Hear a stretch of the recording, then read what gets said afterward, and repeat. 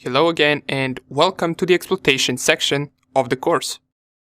It is time we learn how to gain access to our target. What we managed to do for now is, with the help of our Kali Linux machine, we managed to identify our target and find out a lot of information about it. Remember, once we were starting, we didn't know anything about it. But after, with the help of different tools such as Nmap, Nessus, WhatWeb, and others, we managed to gather enough information about our target to be able to exploit it.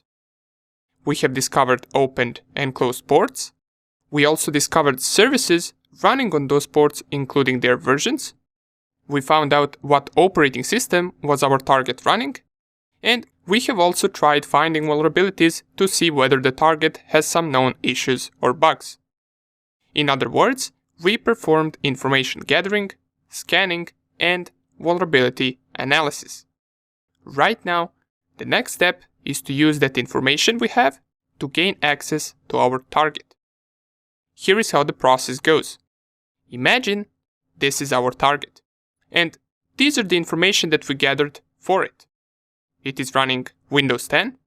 We found out it has an older version of Windows 10 that hasn't been updated lately. We found 3 open ports and 1 filtered port, and we know for sure that one of those open ports has a vulnerable software running on it, since we also performed vulnerability analysis. Once we found out this information, the next step is to extract useful information from this. So in this case, what we would find most interesting would be these 2 facts: an outdated Windows 10 operating system and a vulnerable software on port 1234. This is what we will use to attack the target. We would then exploit the target's vulnerability and gain access to it. But wait a second. What do I mean we would exploit the target? How do we do it exactly? And what does exploit the target even mean? Well, exploiting the target, in other words, is using its vulnerability that we discovered to send something called payload. What a payload is a program that we deliver to the target after the exploit. Usually, this program is something that allows us to execute commands on target system and navigate through its files and folders. Now, I know what you're thinking. It is still a little unclear to you as to how this works exactly. Don't worry, in the next 2 videos we will explain in details what exactly happens once we exploit a vulnerability and what type of payloads exist and which ones we will use the most. For now, it is important to remember that payload is a program that we drop after exploiting a target. And in 99.9% of cases, this will be a program that allows us to execute commands on target system, or also known as a shell. The first step would be us exploiting the target and sending shell or payload with it. That payload will then be on target's machine and it will execute. Once it executes, what it essentially does is it tells the target machine connect to that other machine and allow it to execute commands on your system. And that other machine would be our Kali Linux. And the third step is pretty easy. We just send the commands that we want our target to execute. We navigate through files, run other programs, and in return, target sends us an output of the command that we executed. Picture it like using target's terminal from our Kali Linux machine. However, there is one problem with this.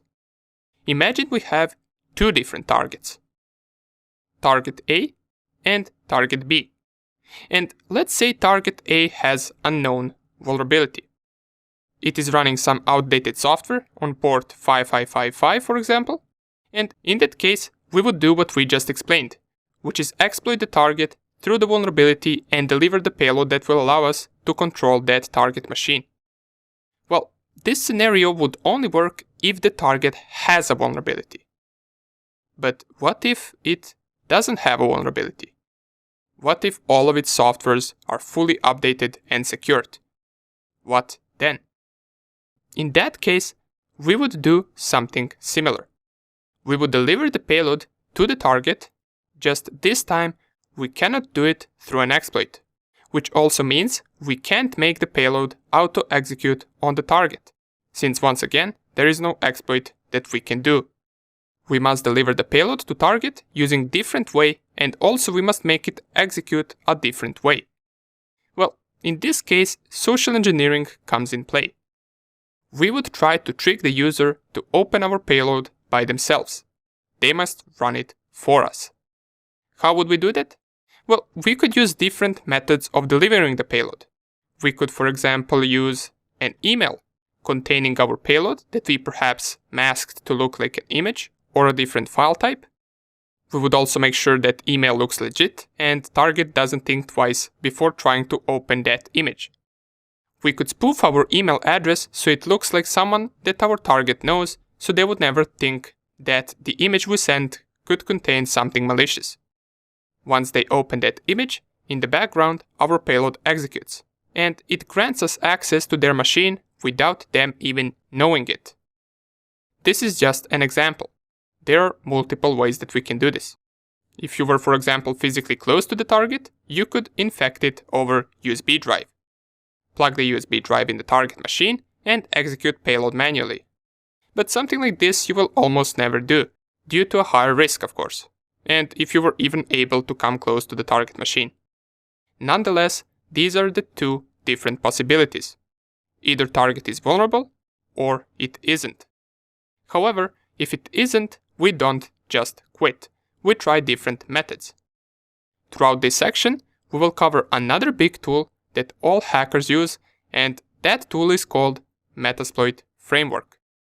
It contains thousands of exploits, and all of them are already in our Kali Linux machine. All we need to do is learn how to use them and how to run them. This is something we will cover shortly in great details. Let's start hacking.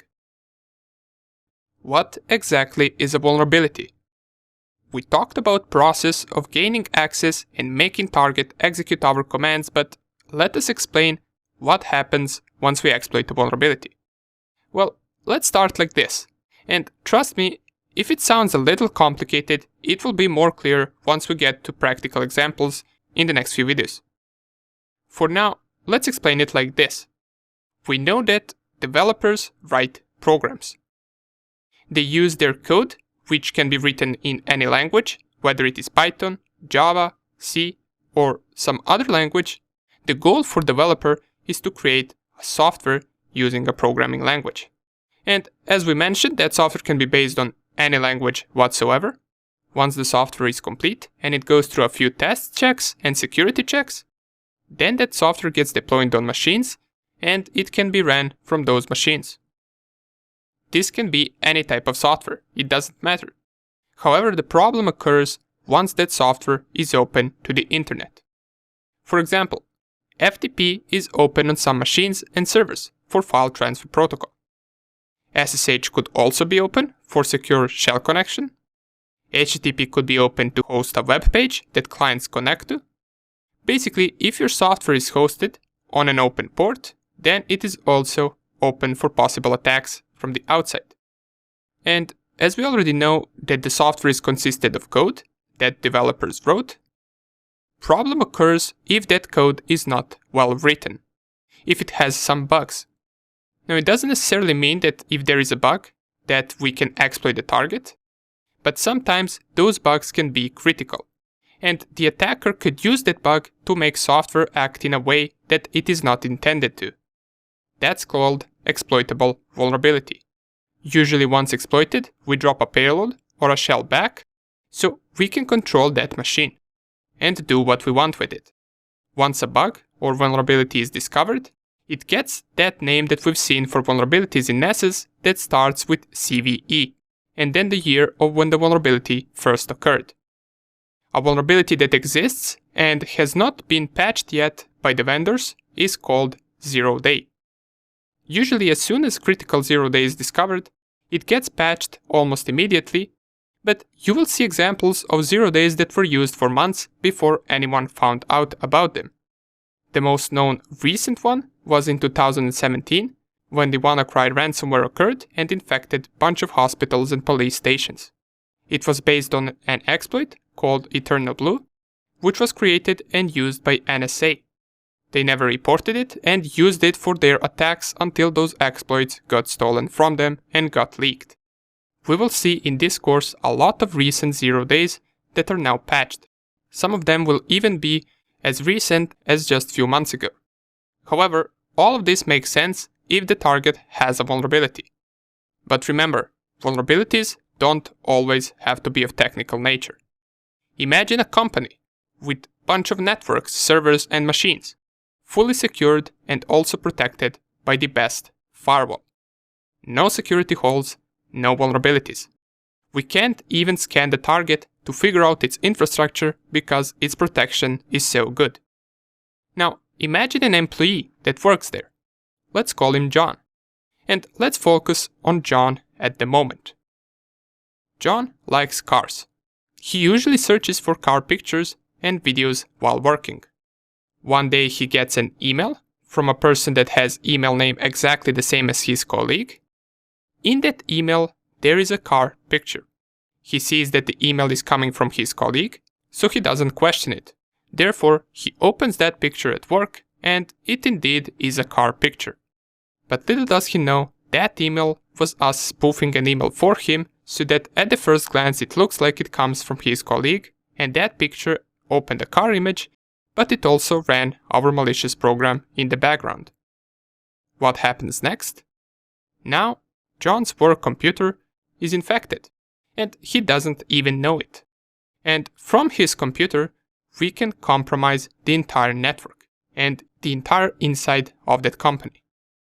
Now, this is just an example, but stuff like this happens a lot. Matter of fact, most of the hacking that happens that you read about happens this way, and not by someone finding a 0-day vulnerability on a fully secured company. Remember, people are always the weakest spot. So if you can hack something through them, why would you bother trying to discover a technical vulnerability that might not even be there? In the next video, we're only left to talk briefly about shells and different types of shells that we want to drop once exploiting the target. After that, we are ready to get our hands dirty and start gaining access to our target machine. See you in the next video. Before we get into Metasploit framework and its structure inside of our Kel Linux, let us first talk about reverse shells and bind shells. As we already mentioned, shell is our access to the target machine. With the help of shell, we execute commands and control the target system. So, shell is essentially our payload that we drop on machine after exploiting it. However, there are two different types of shells. We got reverse shells and bind shells. Now, reverse shells are something that you will use a lot. It works on principle of target machine trying to connect back to our Kel Linux machine. For this to work, on our Kel Linux machine, we must first listen for the incoming connection over some port. Then we exploit the target and drop a shell which will tell that target machine to connect to our port on Kel Linux that we're listening on. After it completes the connection, we can then control that machine. On the other hand, bind shell is when the target machine opens their port for us to connect to. In this case, it is the target machine that is listening for the incoming connection on that port. And we are the ones that must connect to that port. After we do it, we can control that target machine. However, there is one problem with bind shell. And it is also one of the main reasons why we won't use it that much. And that is because firewall can forbid target machines to open a port. Many firewalls could have a rule that says don't open any random port for security reasons.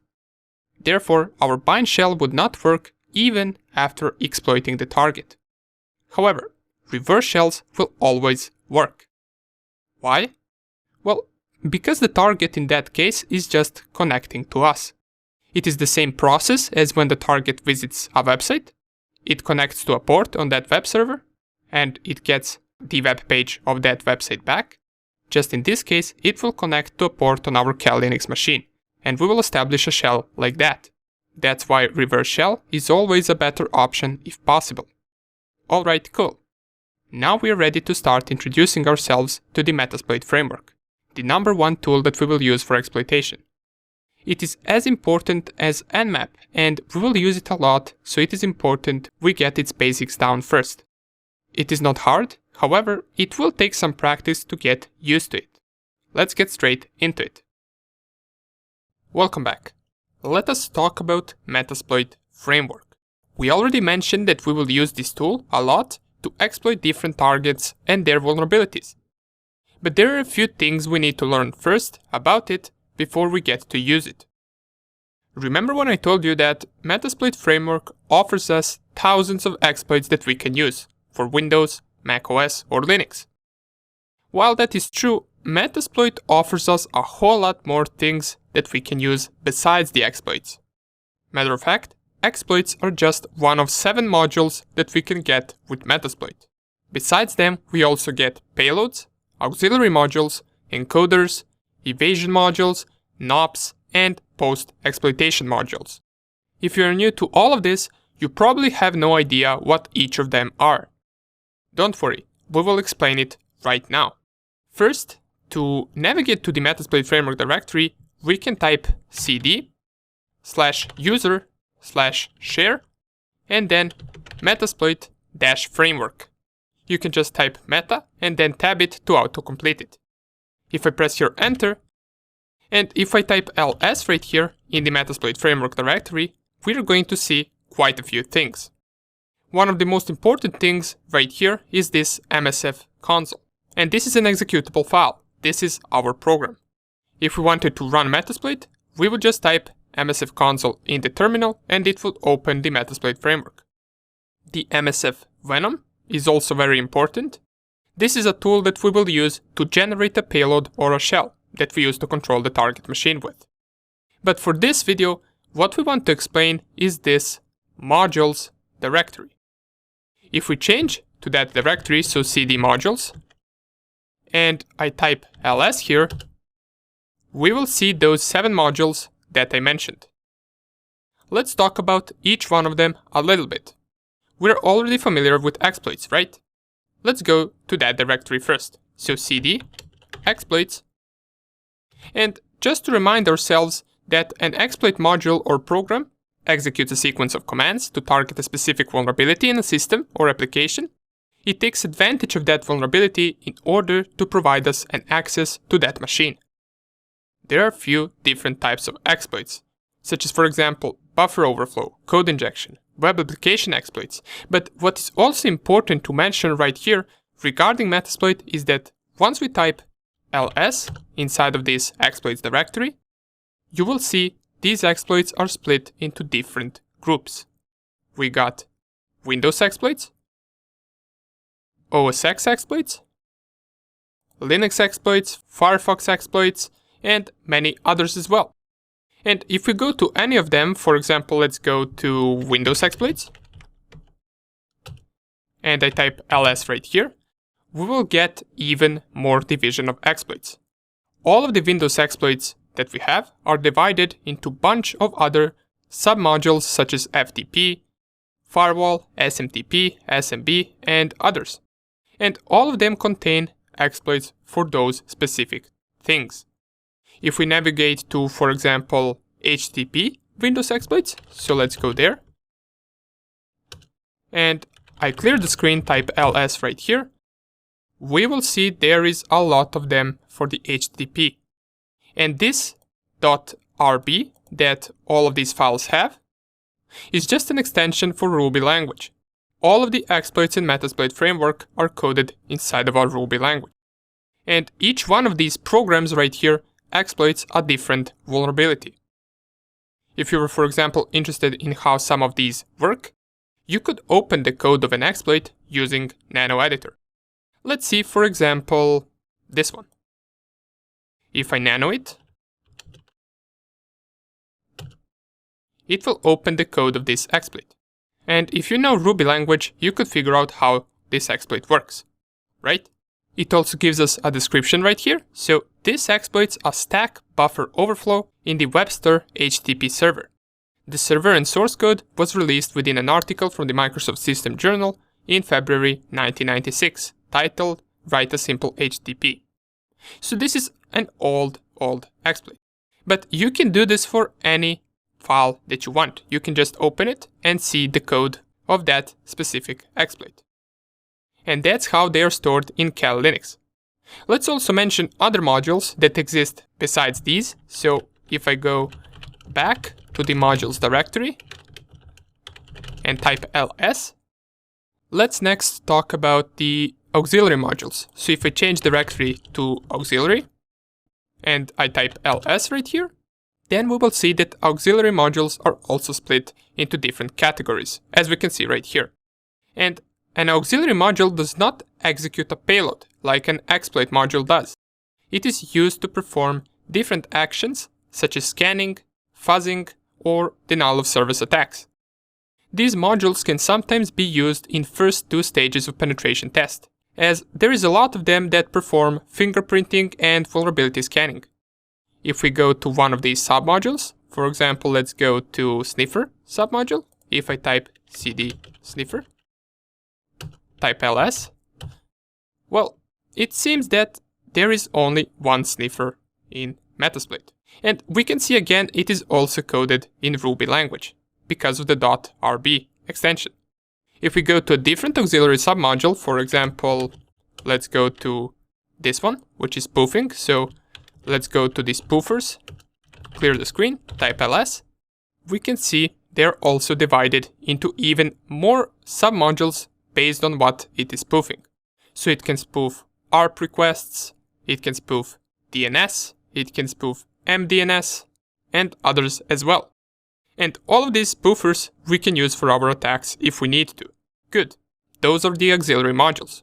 Now you can always explore others as well if you want to check out what different files this module has.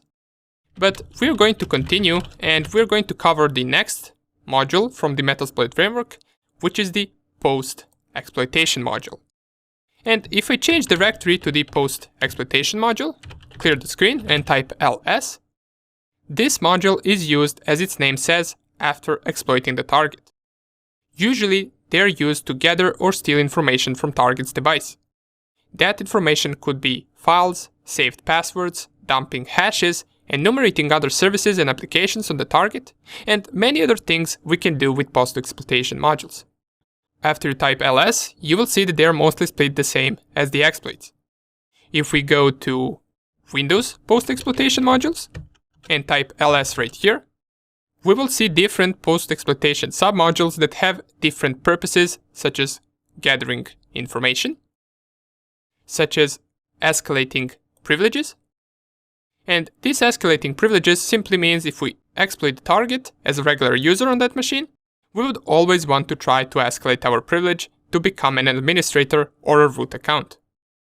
We can also see VLAN post-exploitation modules, and I believe this would be used to steal saved wireless passwords to the access points that the target was connected to. Okay, you can explore the others as well if you want to, and let's talk about the others as well, so we can go through all of them real fast so you can get a pretty good understanding of what all of these modules do. And the next one that we will talk about is also really important, and that is payloads. If I change directory to payloads, clear the screen and type ls, and hopefully you remember that payload is something we deliver to the target with an exploit in order to control that machine. And in this payloads directory, we can see it is split in three different subdirectories: singles, stagers, and stages. What does this even mean? Well, singles are payloads that are completely standalone. A single payload can be something as simple as adding a user to the target system or running some other application. Stagers set up a network connection between the attacker and victim and are designed to be small and reliable. And lastly, stages are payload components that are downloaded by stagers modules. These payload stages can provide us with advanced features with no size limits, such as, for example, different command shells or meterpreter shells.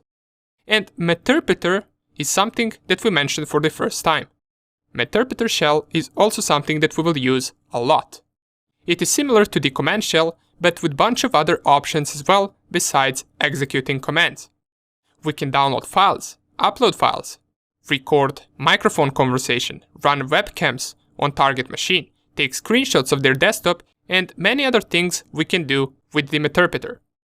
So once we are exploiting a target, Meterpreter is usually what we want to run on that target after an exploit. If I go to Stagers directory right here, so cd Stagers, clear the screen, type ls, and if I, for example, go to Windows Stagers, type ls, here we can see different ways of establishing connection. Remember when we talked about two different types of shells in the last video? Well, here they are. Here we can establish a connection either by binding to a port or by listening and creating a reverse shell connection. They are further divided into, for example, reverse HTTP, reverse UDP, and reverse TCP. And out of all of these that we have right here, we will almost always use reverse TCP. So for now we know that two main things we will combine in a payload is reverse TCP connection and a Meterpreter shell, because that two combined give us much more options to do with the target. Okay, great. Now, if you don't understand some of this, don't worry once again. This is something that you will fully understand once we get into the practical examples. For now, we're left to explain 3 more modules, and we're going to go quickly through them since they are less important than the ones that we already covered. And those are the evasion modules, encoders, and NOPs. Now, let's go with encoders first. Encoders are something that helps us to evade antivirus detection. How exactly? Well, even though we call our payload a shell or a Meterpreter, what it is to antiviruses and other people, it is just a simple malware or Trojan or a virus. That's why, with the help of encoders, we can encode our payload and make it less detectable by some antivirus vendors. These are not that useful anymore since they are known to almost all antiviruses. They can, however, help us bypass some of them. And evasion modules do pretty much the same thing. And if I change directory to them, so cd evasion, you will see that there are evasion modules only for Windows. And they are used to bypass Windows Defender. If I change my directory right here, type ls, we will see different Windows Defender files that we use in order to bypass the Windows Defender. However, since Windows Defender recently got an update, I believe many of these don't work anymore. But don't worry, we will see later in the course different techniques that we can use to bypass antiviruses and execute our payload. And the last thing that we got are NOPs. NOPs can be a little bit hard to understand. What a NOP is an instruction for the processor to do nothing. Once a processor reads a NOP instruction, it does absolutely nothing. And I know what you're thinking, what is the purpose of this for us? Well, these NOPs are useful in buffer overflows to allocate a lot of space in memory before the payload executes. By the way, NOP stands for no operations, and if you ever programmed in assembly before, you will be familiar with these. But don't worry, for now, NOPs are not that important for us. Okay, that was a lot to take for one single video, but all of this will be more clear once we start exploiting our target, and trust me, we're really close to that. We just need to explain the usage of Metasploit in the next video real quick, and after it, we will perform our first exploits. So get ready, and I will see you in the next video.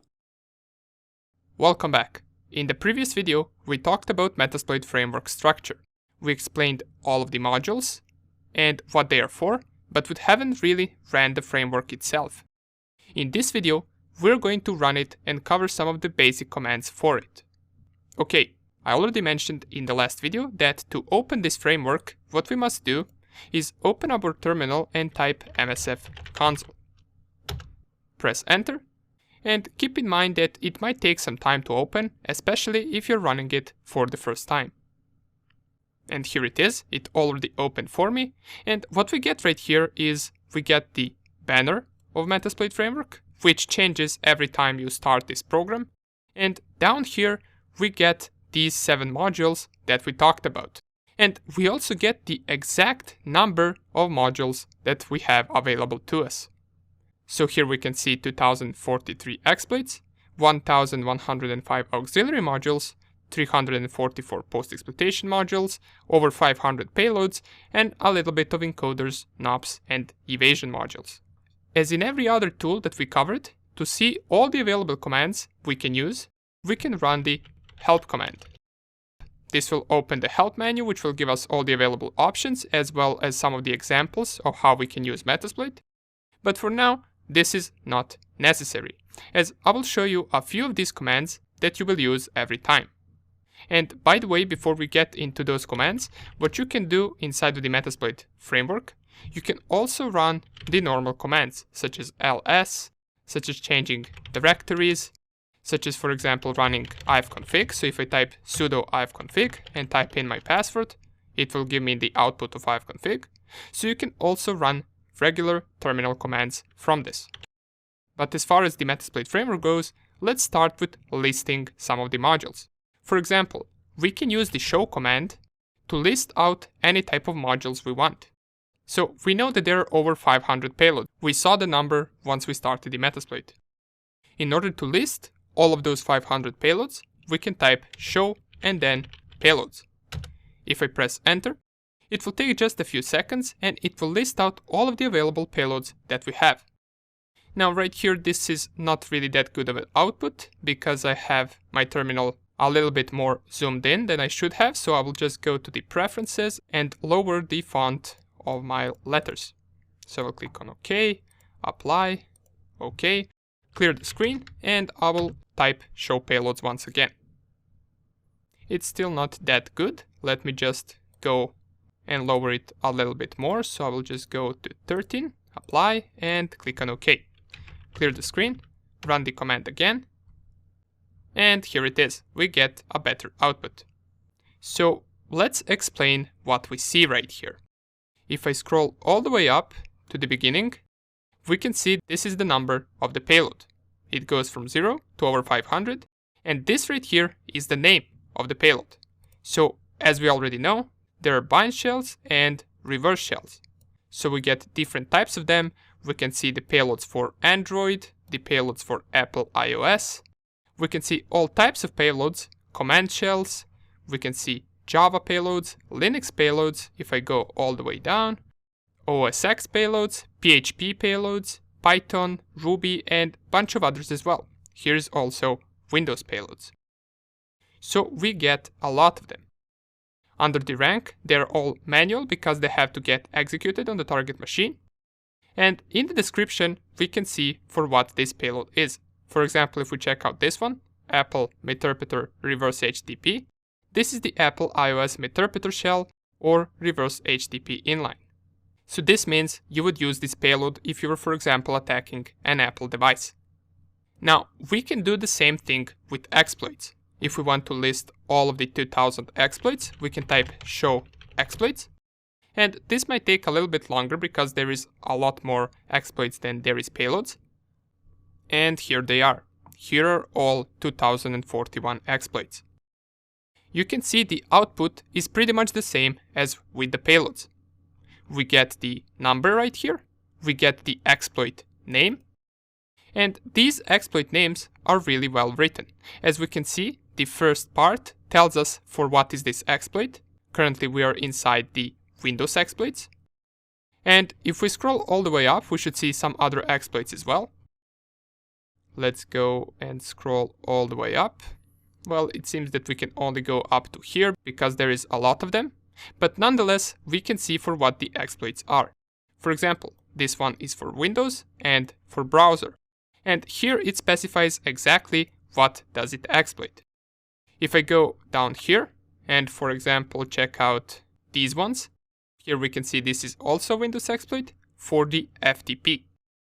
So they're very well organized, and this is the structure that we saw in the previous video. Just this is how the Metasploit framework outputs it for us. These exploits that belong to Windows FTP are all located inside of the FTP directory of the Windows exploits directory.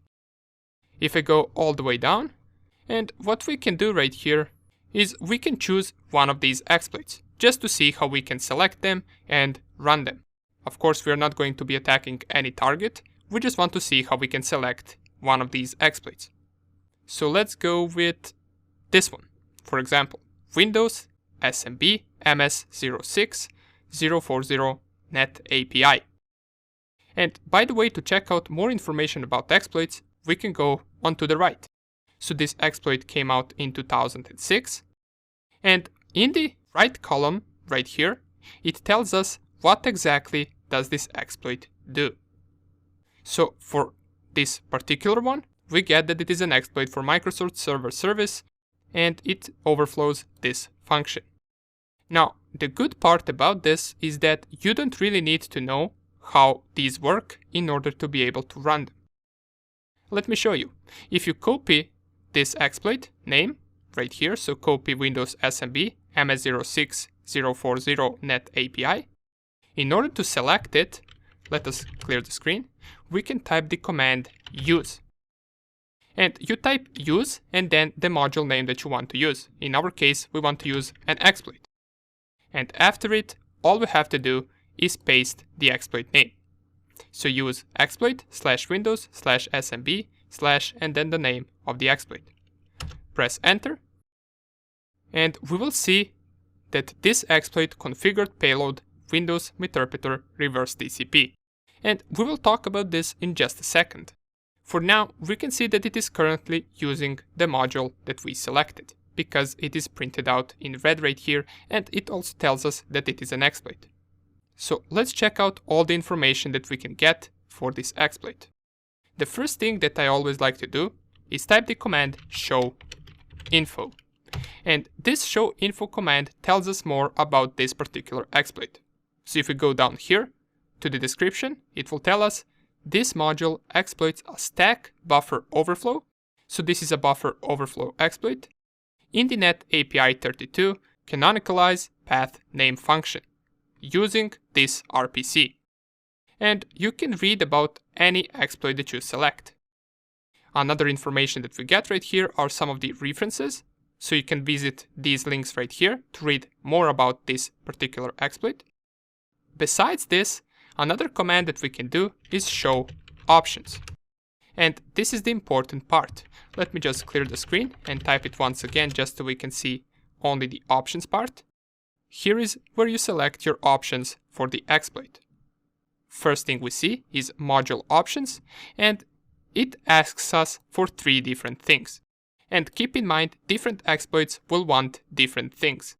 Usually they will all have these rhosts and rport, which is just the remote host and the remote port, or in our case, the target's IP address and the target's port that we're attacking.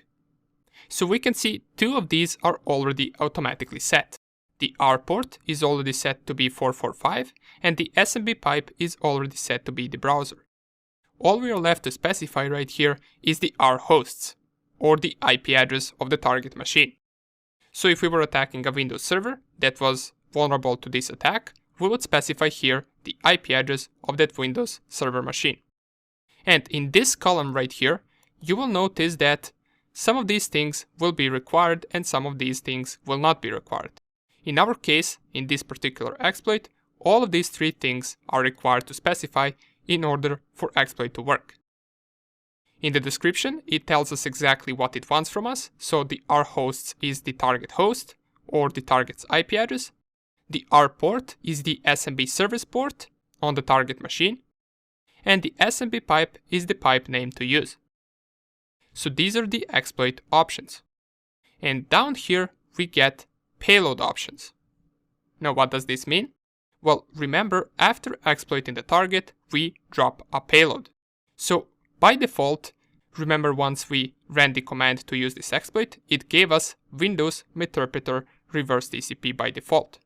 This means that we're using a payload for Windows. It is a Meterpreter shell, which remembers it is the best shell that we can get. And it is a reverse shell over TCP connection. You can change this if you want to, and down here we get the options that we need to set for payload. Remember, once using reverse shell, we must listen on our Cal Linux machine for the incoming connection. And that's the information that it asks us right here. The L host is our own IP address, the IP address of Kali Linux machine. Or as it says right here, the listening address. We specify our IP address right here, so you just need to type sudo ifconfig. And we can see 192.168.1.9. Usually the Metasploit framework will set it by default. So let me just clear the screen, run show options once again. And the L port is the listening port, or the Kali Linux port that we want to listen for the incoming connections. And it is usually set by default to be 4444. And all of these options you can change. For example, if you notice that Metasploit framework set the incorrect IP address for a Kali Linux machine, you can type set and then the parameter name, in our case lhost, to be a different IP address. For example, 192.168.1.15. And it will set the lhost parameter to be a different IP address, as we can see right here. Inside of these rhosts, as we can see this is also required, we would set the IP address of our target machine. So let's say we had a Windows server and its IP address was 192.168.1.20. We would type it right here, so 192.168.1.20. And if I type show options once again, now we got this set as well. Now, payload is something that you can change. Usually you want to leave it what Metasploit framework already gave you, because the default one is usually the best one. But sometimes some of the payloads will not work and others will work. So in order to see all of the available payloads that you can use for this particular exploit, you can type show payloads once again. Just this time it will not list out all the 500 possible payloads, it will only list out the possible payloads for this particular exploit. And this will be all the Windows payloads. Since we are attacking a Windows machine with this exploit, the Windows payloads will be something that we can use. So we can see some bind shells, reverse shells, we can see some of the interpreter shells. So for example, let us say that you don't want to use a reverse shell, you want to use a bind shell. How would you change the payload? Well, you would copy the bind shell. Let's say we want to use the interpreter bind shell, so copy its name. And go all the way down and type set payload and then paste the payload name. So paste selection, press enter, and it will tell us the payload has been changed. If I clear the screen, show options, we will see different payload. We no longer have the interpreter reverse TCP, we now have the bind TCP interpreter. And it will also ask us for different information about the payload. We no longer get the lhost, since remember with bind TCP, it is not our Kali Linux machine that is listening for the connection, it is the target machine that is listening for the connection, and we are the ones that connect to it. So in this case, it is asking us for our host, or the remote host, or as the description says, the target IP address. So we would select right here the same IP address that we select right here, because it is the target that has to open the port, and the local port will be the local port on the target machine that will open for us to connect to. And you would select here whatever you want. So what is important to get out all of this is that we can change different options using set command. So you just type set, and then for example we want to change the L port, we type L port and then make it whatever we want. And if we type show options, it will be changed right here. And the last part that we see down here are the targets. And these targets right here are all of the vulnerable targets for this particular exploit. To list all of them out, we can type show and then targets. This will give us a list of all the targets that we can exploit using this attack. So we get Windows NT, Windows XP, and now different versions of Windows XP and Windows 2003. So this is an older exploit that attacks Windows XP machines. Now you can either, if you know exactly which version of Windows is the target running, you can select it right here by specifying set target and then the number. For example, let's say the target is using Windows XP SP1 English. You could type it like this, so set target 3, because the ID for that particular version is 3. Or if you didn't know exactly which version, you would just leave it on automatic, which means that Metasploit framework will figure it out on its own, so we don't need to specify it. The only important thing is that it is one of these versions. If it is, for example, a Windows 7 machine, this exploit will not work. And once you set all of these options, the last thing you need to do is type exploit. In our case, this will not work because we don't really have a vulnerable Windows XP machine, so it will give us an exploit failed error. In this case, it is unreachable because this IP address right here on my local network is not even online. That's why this will not work. And this is pretty much it. Now, there are other commands as well that could be useful, but these are the main ones that we always use to choose exploits and payloads and to set their options. Finally, the time has come. In the next video, we're going to apply what we learned for now to perform our first exploit on the Metasploitable machine. See you in the next video. Hello and welcome back. Are you ready to hack your first target? Everything we learned up to here was building up to this moment. We're going to use all of our previous knowledge that we got to hack our target. Of course, this is just one of the many exploits that we will cover in this course, but it is important because it is our first one. In this case, we are of course going to be attacking the Metasploitable for our first exploit, so make sure you start it up, check out the IP address of Metasploitable, in my case it is 192.168.1.5. And what I'm going to do is I'm going to open two terminals. In the first one, I will start my MSF console, and in the second one, I will perform the nmap scan for the version of the service. So we already know the command, sudo nmap-sv, and then the IP address of my Metasploitable. It will ask me for the password, I will input it right here, and it will start the scan. And you can open your Metasploit framework once the scan is running, and once you open it, just wait for the scan to finish. Okay, so here it is. This is an output that we're already familiar with. Let's see whether we can exploit the target, and we're going to start in order. Let's go with the FTP port first. So we notice right here which version of service is it running. In this case, VS-FTPD 2.3.4. And also keep in mind that there is really no plan once you do something like this. We only know that the goal for us is to find an exploit if this software is vulnerable. Now, even though we know that best search would be us going on internet and typing VS-FTP vulnerability, but I myself like to run the search exploit tool first, just to see whether we already have it right here on the machine. So I will open another terminal and I will copy the name of the version, in this case VS-FTPD 2.3.4, copy it, and type search exploit and then paste the version name. If I press enter right here, we get one result. We get VS-FTPD backdoor command execution. And in the right column, as you remember, we get the path to this exploit. There is one thing that we should notice right here. This is .rb. What does this mean? Well, this most likely means that this exploit belongs to Metasploit framework. And it also tells us that right here in the brackets. So it means that we will have it right here, under one of these 2000 exploits. So how we can find it? Of course, we are not going to be listing all the 2000 exploits and trying to find the correct one. What we can do is we can type search and then the software name, so VS-FTPD. And here it is.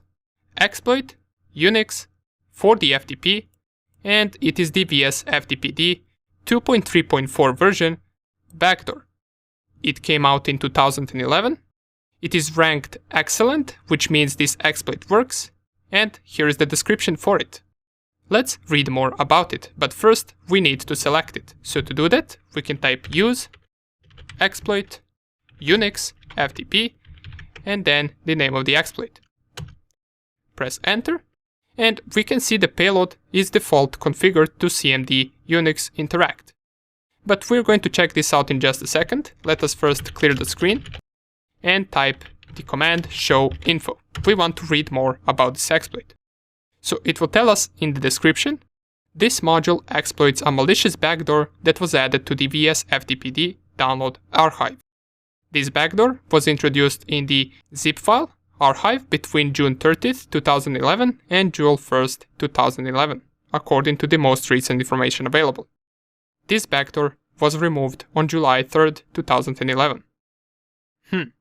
Interesting. Let's see whether we got the vulnerable version. So if I clear the screen and type the next command, which is show options, we will see right here what are the things that we need to set up in order for this to work. So in this case, we only got two things. We got the R hosts and we got the R port. And this is the remote host, which is the IP address of our target. And the R port is the port number where the FTP is running on the target machine. If we go to my scan, we will see the port is set correctly, which is port 21. So this is something that we will not change. However, we need to set our remote host IP address. So let's set the IP address of Metasploitable, set our hosts 192.168.1.5 in my case. The payload is set by default, and if I type show payloads to see all of the available payloads that we have, for this particular attack, we only get this single payload. So there is nothing really to change right here. We're going to use that one. And we can see it doesn't require any additional options whatsoever. So the easier for us, the better. Under the description, we can see it is a Unix command. We simply just interact with established connection. So I expect that with this, we're going to be able to execute commands on target machine if we manage to exploit it. Under the targets, we can type show targets to see the available ones, and we got none because this is an actual exploit for the software. So in order to be able to exploit the target has to be running this software version, which in our case, it is running. So everything is set. Let us double check, type show options. We got the IP address of the target, we got the port number where the software is running on the target machine, and all we need to type to execute this is type exploit. Press enter. And here it is. We got the command shell session 1 opened on the target system. How do I know this? Well, it doesn't give us any output right here, but if I type, for example, ls, you will see we are getting an output. And this ls didn't execute on our Cal Linux machine. It executed on the Metasploitable. We are on that machine right now. We successfully exploited it. We can run any commands that we want, so if I type who am I, it will tell us that we are the root account.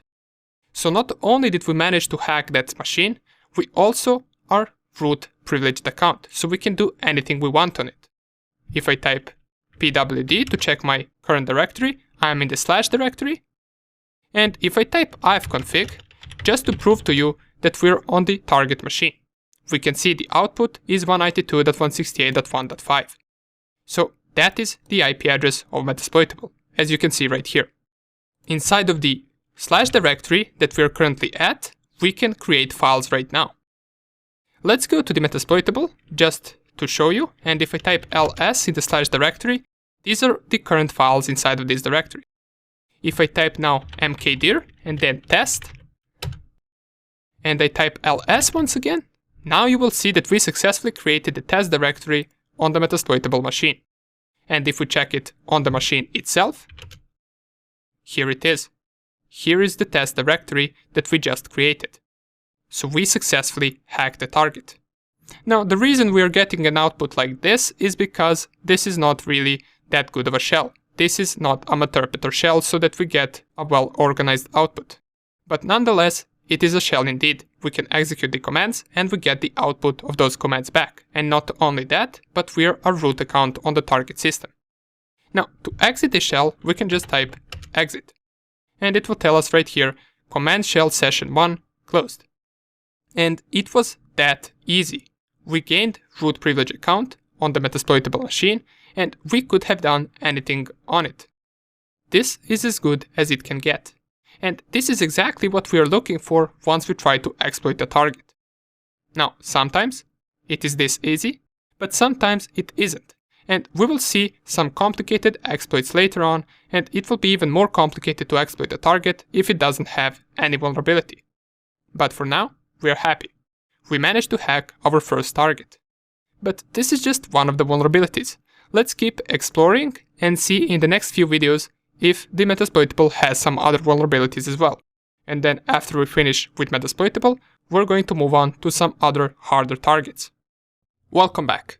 In this video, we're going to cover and talk about misconfigurations. And also, in this very video, we will cover the easiest possible vulnerability that you could ever find. You might have already noticed it while we scan Metasploitable, and if you didn't, I will give you a chance to find it right now. So what I did right here is I performed a version scan on the Metasploitable virtual machine. You can do the same, or you can just take a look at the results right here. And do you by any chance see something that sticks out right here? Something that shouldn't be here. Now, you should be able to figure it out based on what we learned for now. So I will just give you a few seconds. And time has come. Have you managed to find it? It is this bind shell right here. And under the version it says Metasploitable root shell. I mean, just by its name we can see that something doesn't seem right. We know what bind shell is, right? So if this service doesn't have any type of authentication, we can just try to connect to this port that hosts this bind shell, in case port 1524 over TCP, and we will be given a root shell on that machine. Can't be that easy, right? Well, it is, and I wouldn't even consider this an exploit. This is just an example of what a misconfiguration could look like. Now, this would be a critical misconfiguration that would almost never happen. But sometimes even stuff like this can happen. Maybe an administrator set up something like this so he can access that machine from his home or from somewhere else, but he forgot to put authentication on it. You never know. Okay, so how can we establish connection to this port? Well, we won't be using Metasploit framework for this particular thing. Instead, we're going to use a tool called Netcat. And Netcat is a program that allows us to establish network connections with other machines using both TCP and UDP. To run the Netcat help menu, we can type nc-h, which stands for help. And here we can see menu isn't that big at all. It only has a few options right here. And at the beginning of the menu, we also got these two main options. We can either connect to somewhere, or we can listen for the inbound or incoming connections. Since our Metasploitable target machine has a bind shell, that means we must connect to somewhere. And the syntax is just nc, then the hostname or the IP address, and then the port. Let's try it out. If I go down here and type nc, and then the IP address on my Metasploitable, I go and check out over which port is the bind shell being hosted. It is over port 1524. And I will type space and then the port. Or let me just clear the screen first and type nc 192.168.1.5 and then space 1524. Press enter. And it worked. We are again a root account on the Metasploitable machine. And as in the previous video, we can do anything we want. So if I type who am I, we can see we are the root account. ls tells us what directories we have. And remember the test directory from the previous video? Here it is. ifconfig will give us the IP address of the Metasploitable machine. So everything works as in the previous video. We are root account and we can execute the commands on the target system. Now, don't get used to this type of exploitation. Matter of fact, I won't even consider this an exploitation because the vulnerability wasn't in software, but in a person who would set something like this up without ever authenticating. Stuff like this rarely happens, but I wanted to show you this just to see whether you will notice it in our scan. In the next video, we're going to check out another quick vulnerability that is based on information disclosure. After that, we are getting slowly into harder and harder exploits. See you in the next video. Welcome to another attack that we will perform on our Metasploitable machine. And this one is aimed on Telnet. Keep in mind that this vulnerability is only possible due to information disclosure. And you will see by the end of this video why. So I got my scan right here, and we can see that the Telnet is running on port 23. If we check out the version, it says Linux Telnet D. That doesn't seem to give us that much of information about the actual version. If we just copy this version right here, open another terminal, we could just do the same thing that we did with the FTP version. So we could type searchsploit and then paste the version name. And it seems that we got two different results. And from looking at them, they don't seem to be useful for us. The first one says netkit telnet 0.17, and it says in brackets that it's for Fedora 31. And the second one doesn't seem to be something we're looking for either. We can't get the exact version of Telnet, so what are we going to do? Well, we know that Telnet requires username and password in order to log in. So let's maybe try the default credentials. To try them and to connect to the Telnet port on some machine, we can type in our terminal, let's first clear the screen, telnet, and then the IP address of the machine that we want to connect to. In my case, 192.168.1.5. And I press here enter. Do you see it? Not only do we get the banner for the Telnet, but we also get some additional information that shouldn't be here. We get this statement that says login with msfadmin/msfadmin. And if you remember this banner, and these things are exactly the same as the banner that we get once we log in to the Metasploitable. As you can see right here, these two are exactly the same. They just hosted the same banner on the Telnet open port as well. So if they already gave us username and password, let's use it. Let's see whether it will work on Telnet.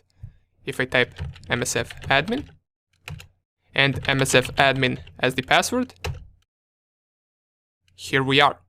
Once again, we are on the Metasploitable machine. Just this time, you will notice that we are not root account. So if I type who am I, we are the msfadmin, we are not the root account. And this is something that we can easily bypass. If I type the command sudo su, it will ask me for the password for the msfadmin, and we already know it from the banner. It is also msfadmin. I type it in, press enter,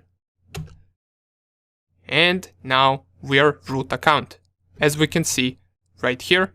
And also if I type who am I, it will tell me we are root account. Now, I know what you're thinking. This is too easy. Something like this will never happen in real life. And you're correct. These types of vulnerabilities will rarely happen. However, we're slowly processing to higher and higher vulnerabilities. The last two were just misconfigurations and information disclosure, while the first FTP vulnerability had a vulnerable software running. After we finish showing a few more vulnerabilities for the Metasploitable machine, we're going to go on to the Windows machines. And you will see that we will manage to exploit them without them having any additional softwares like Metasploitable does. So things are soon about to get even more interesting. See you in the next video. Welcome back. Let's continue with exploiting our Metasploitable machine. So we already found 3 vulnerabilities regarding Telnet, FTP, and the bind shell with no authentication. Let us see what else can we find. And what I got in mind for now is this Samba open port right here. Matter of fact, these two open ports 139 and 445. Why them? Well, because it seems that we do not have the exact version of Samba right here. It tells us that Samba is between 3 point something to 4 point something. So let's see how we will figure out what exploit to use and how to find it. Here's a small hint. We don't need to Google it to be able to find it. We have everything we need right here in Kali Linux. So don't use Google to find it, since it is cheating and you will most likely find it on the first link. Let's see whether we can figure it out by ourselves. So right here in our scan, we have this Samba version right here. Not the exact version, but it does give us some information about in between which range does the version belong to. And that is something. We also see that ports hosting this are 139 and 445. So we do got some information. What now? Well, let's just search Samba inside of Searchsploit and see what comes up. So I got this scan right here, I got my MSF console right here, and I will open a third terminal and type Searchsploit Samba. Well, it seems that we get a lot of results. And these are exploits for a bunch of different Samba versions, as we can see right here.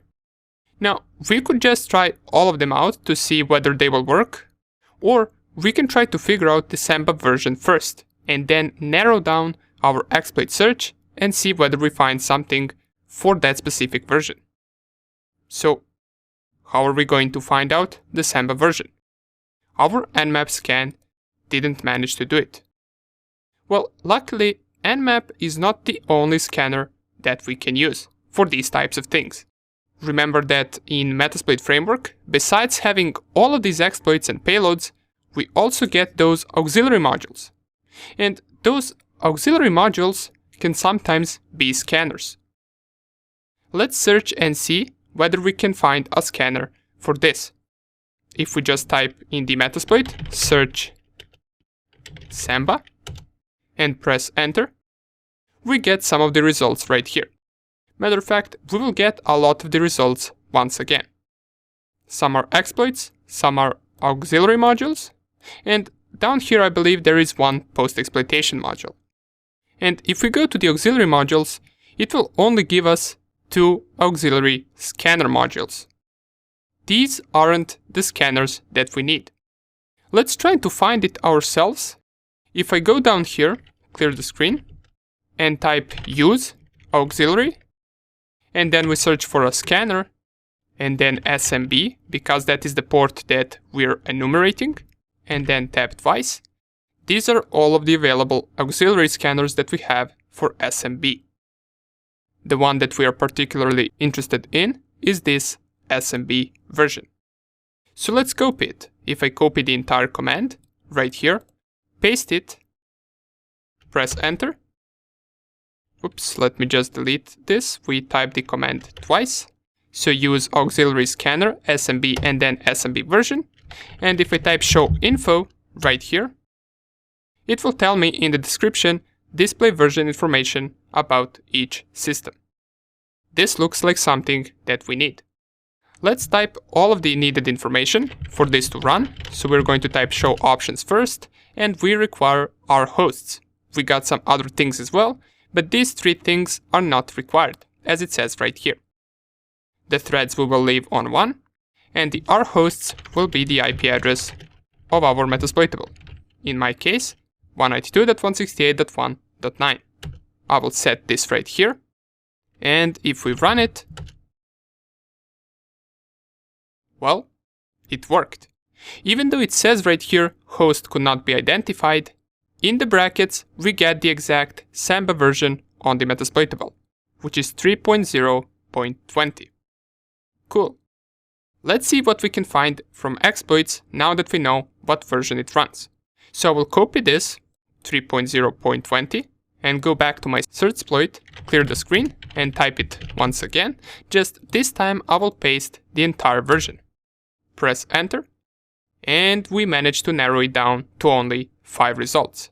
And it seems that these 2 are the same results, so it's actually 4 results in total. The first one seems to be some type of a security bypass, and it affects our version, since it's between 3.0.10 and 3.3.5. But it also seems to be a TXT file, which we really don't want to bother with right now. we want something that we can execute right away. The most interesting thing we have right here is this Samba username map script, or the command execution. Why? Well, it's a Ruby exploit, and it also belongs to Metasploit framework. Plus, it also affects our version of Samba, as we can see right here. These two down here are also txt files, not really interested in, and they also don't seem to actually affect our version. They only affect the versions below our version.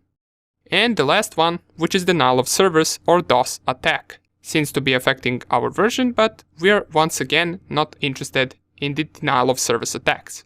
But in a real penetration test, you would 100% write this on a report with the references to the possible attack. For now, let's just go with the Metasploit module that we found. Let's remember the name, username, map script, command execution. And if I search once again, in my Metasploit, search Samba, let us try to find the exploit that we found using searchsploit. If I go up here, go through all of these results, and here it is. Under the 13, exploit multi-Samba, user map, script command execution. This is the same script that we saw right here. Here it is. If I copy the script name, so exploit multi-Samba, user map script, and type right here use, then paste the script name, it will set the default payload to be command Unix reverse netcat.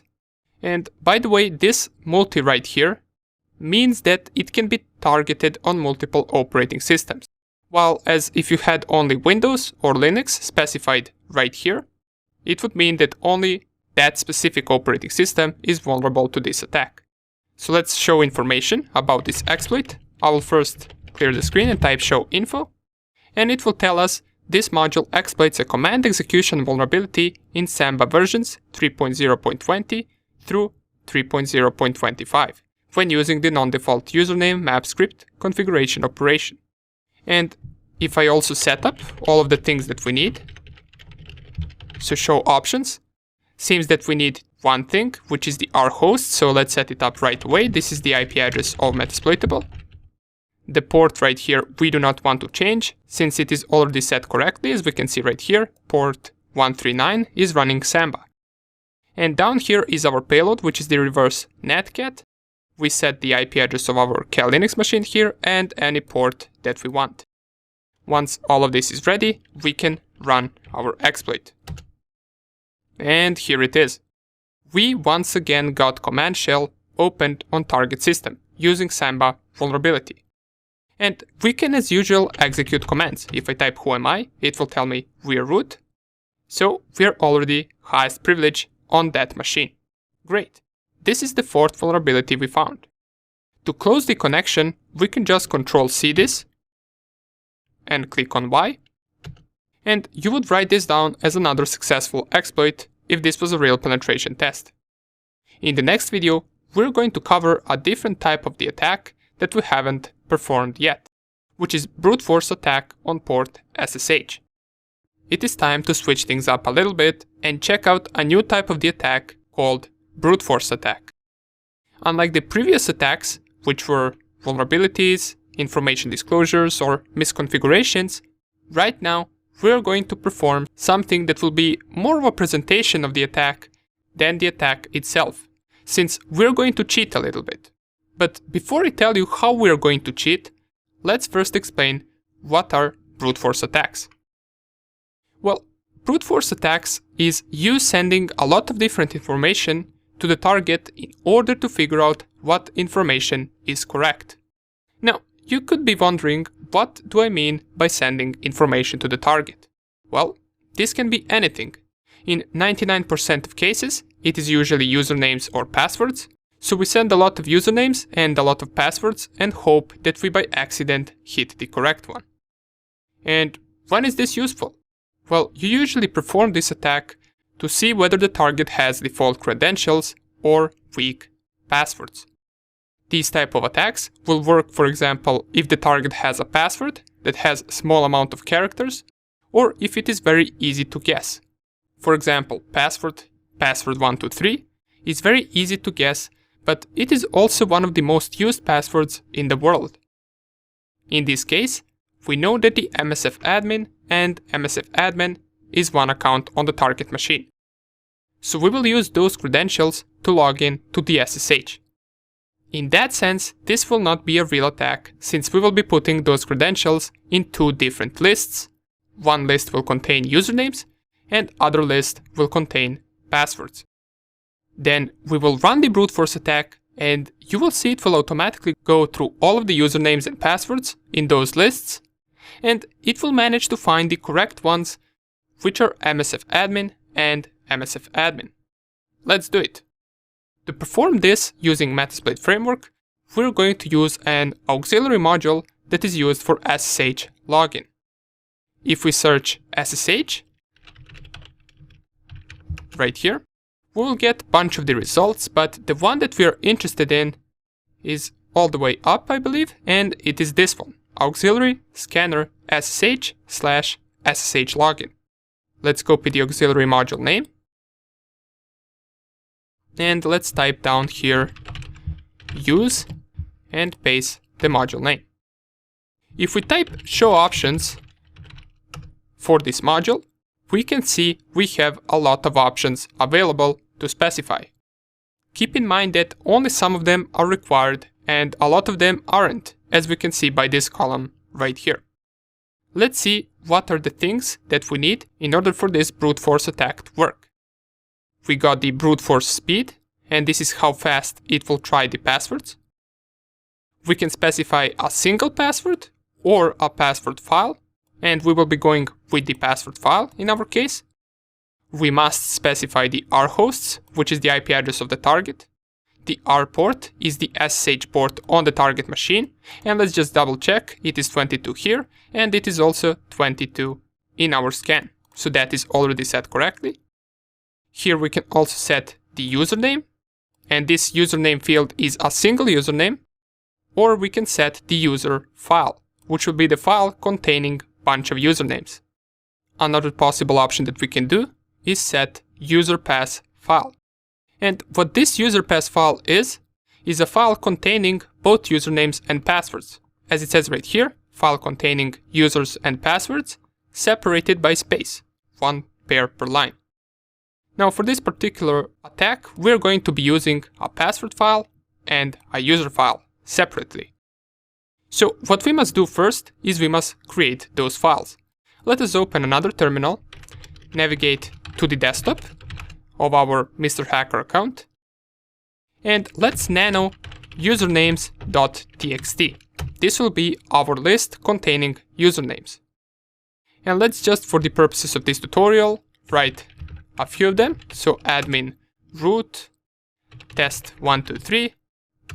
Let's go with the system and MSF admin. We must add the correct one in order for the SSH brute force to be able to find it. And after it, let's add one more. Let's call this one admin123. So this is 6 usernames. Of course, in a real life attack, you would be using much bigger lists. But for now, for the purposes of this tutorial, we will create these small lists and see whether it will work. So we got our usernames file right here, and it has the correct username specified. Let's save it. Now we need to do the same thing with the password, so let's nano passwords.txt. Here let's type password 123, hello world. Let's also type MSF admin, which is the correct password, and we know it at the moment. And at the end, let's type test1234. So here we have 5 passwords, and one of them is the correct one. Let's save this file. And if I type ls, we should have both of the files in our desktop directory. Let's specify them right here in our options. So the password file must be the entire path to this passwords.txt. So we must specify the entire path. To check out the entire path, I can type print working directory inside of the desktop directory and copy this. And inside of our Metasploit framework, we can type set pass_file, and then paste the path, add slash, and then passwords.txt.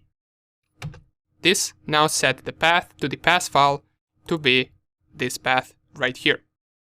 And we must do the same thing for the usernames. Let's type set user_file,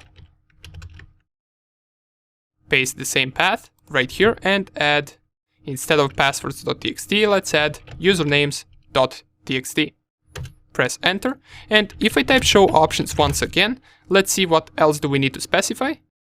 Here the password file and the user file has already been specified, but we must also specify the rhosts for this to work. So let's do it. If I type set rhosts, type the IP address of my Metasploitable, clear the screen, and I check out options once again. All seems to be set. We will leave the brute force speed to be 5, which is the fastest. And one more thing that we want to change is this verbose right here. This is currently set to false. We want to set it to true. And this verbose means that it will print out even the failed usernames and passwords. It will not only print the successful login. Let me show you right here. If I set verbose to be equal to true, clear the screen and run this, here it is. It started our attack. It is going to try every single combination of usernames and passwords from those two files. Now, you might notice this isn't going that fast, and it will print out all of these failed passwords until it reaches the combination of msfadmin and msfadmin as both username and password. Let's wait for that combination to come. And here it is. We found the correct SSH username and password. Once it prints out this success right here, this means it found the correct username and password. And you can just Control-C this if it didn't stop in order to stop the brute forcing. Now, I know what you're thinking once again. This is not a true attack, since we added username and password to the list. But once again, remember that you would do this for the weak credentials and default passwords. And of course, in real attacks, you would be using much bigger lists than these that we created right here. And many of those bigger lists we can find inside of our Kali Linux machine. However, more about them later. For now, we just tested it out to make sure that this brute force attack works. We can also see right here, it opened the command shell as soon as it found the correct username and password. But if you press Ctrl-C or you waited for this to finish, it doesn't seem that we can execute commands anywhere. We just went back to our auxiliary module right here. We are not inside of a shell. Well, once something like this happens, Metasploit saves the shell in the background so we can still enter that shell. To check out all of the available shells that we currently have established, we can type the command sessions. And here we can see we got one shell over SSH to the IP address of the Metasploitable. To enter inside of this session, we can type the command sessions -i and then the session ID. In my case, it is 1, and it will probably be in your case as well. So if I set here sessions I1, this will start interaction with this shell and it will open our shell right here. And you can now execute the commands as usual. Who am I? Will tell me that I'm msfadmin. If I want to become the root account, I type sudo su, type in msfadmin password, and I type who am I once again. Now I'm root account. Another way that you can establish SSH connection once knowing the username and password is like this. First, let's exit out of this, exit out of Metasploit framework, and now that we know the username and password of the SSH, we can open our terminal and type SSH msfadmin, which is the username, at, and then the IP address of the Metasploitable, which is 192.168.1.9 in my case. If I press here enter, it will ask me this question, are you sure you want to continue connecting? I want to specify yes right here. And it will ask me for the password for this specific account. And we know that the password is msfadmin, so I will type it right here. And here it is. We opened the terminal of the Metasploitable. If I type who am I, we are MSF admin. And that would be about it for the SSH brute force attack. Don't worry, real brute force attacks we will perform later regarding website login forms and Wi-Fi cracking. This video was just to introduce you to the concept of brute forcing. If you were to exploit a target like this in real life, it would be considered weak credentials or default credentials vulnerability, and you would of course write it down as a critical vulnerability. Great, that is another vulnerability covered. Let's go and hunt the next one down in the next video. Okay, it is time for a small challenge. We can say we are getting more and more familiar with MSF console and exploitation, and by now you should be familiar with the entire process of searching for a vulnerability and trying to exploit it. Let's put all of that to the test. So for now, we covered about 4 to 5 vulnerabilities on the Metasploitable virtual machine.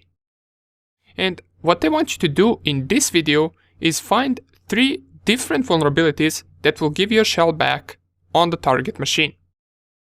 You can use any tools that you want, besides searching for links that will give you the exact steps to exploiting the vulnerability.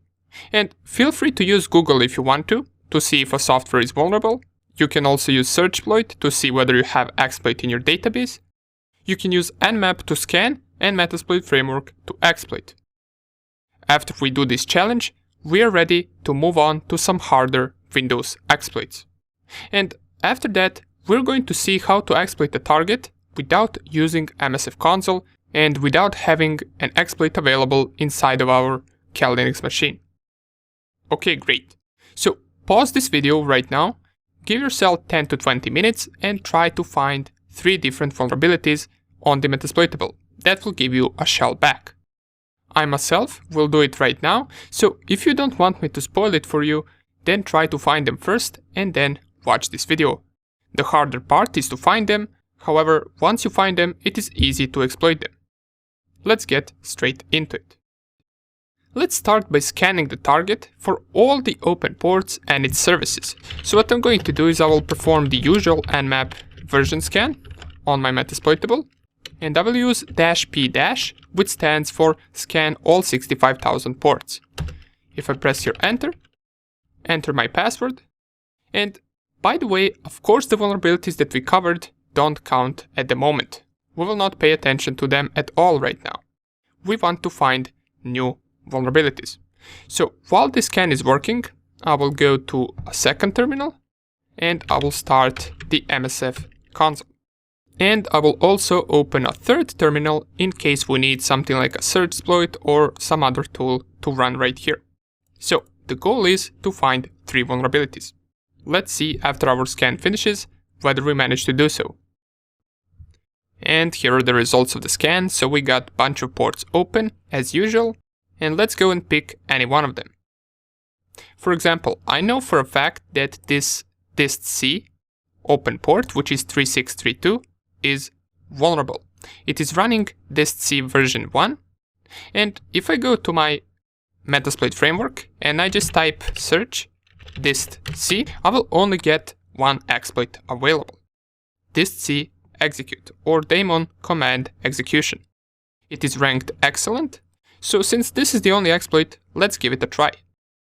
I will copy it, I will type use and then paste the exploit name, clear the screen. We can show info just to know what this exploit does, and it says that this module uses a documented security weakness to execute arbitrary commands on any system running dist-c cd. And our system is indeed running dist-c cd.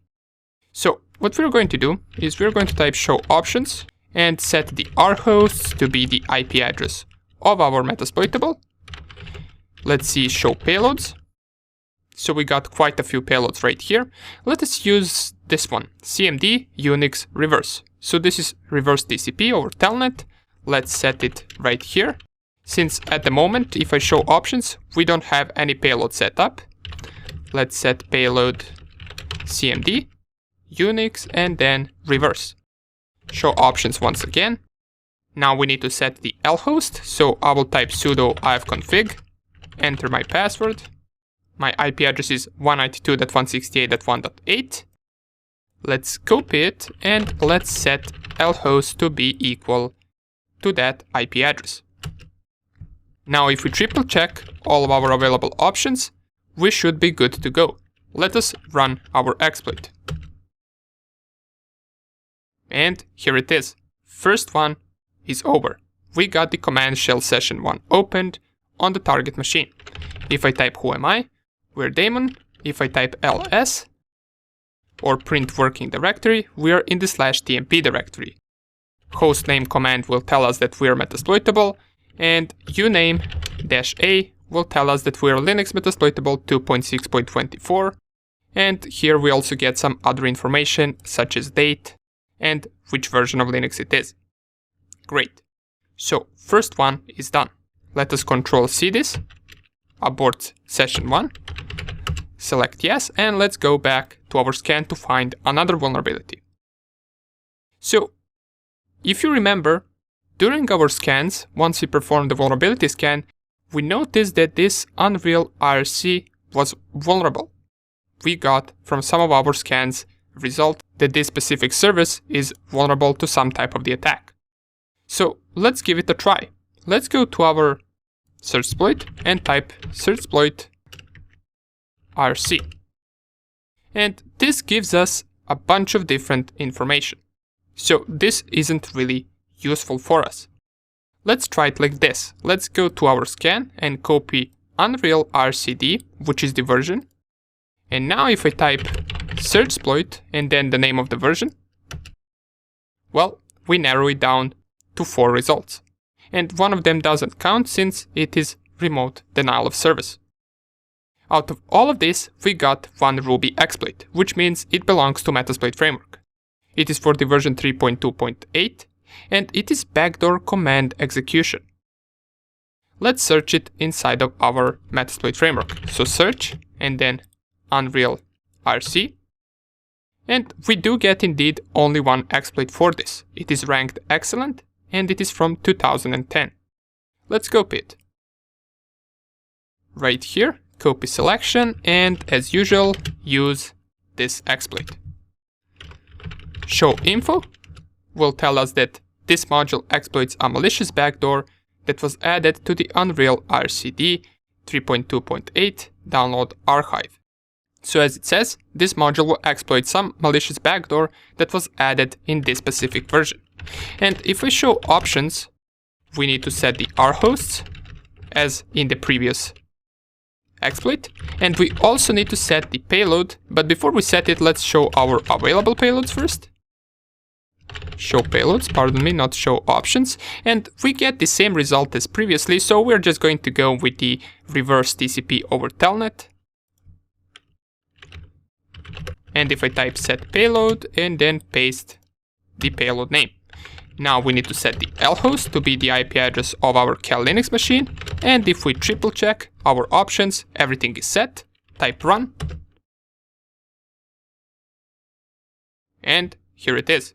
Command shell session 2 open. We got the second exploit down. Let's check out if it works. Who am I? We are the root account. Host name will tell us we're metasploitable. So this is the second one down.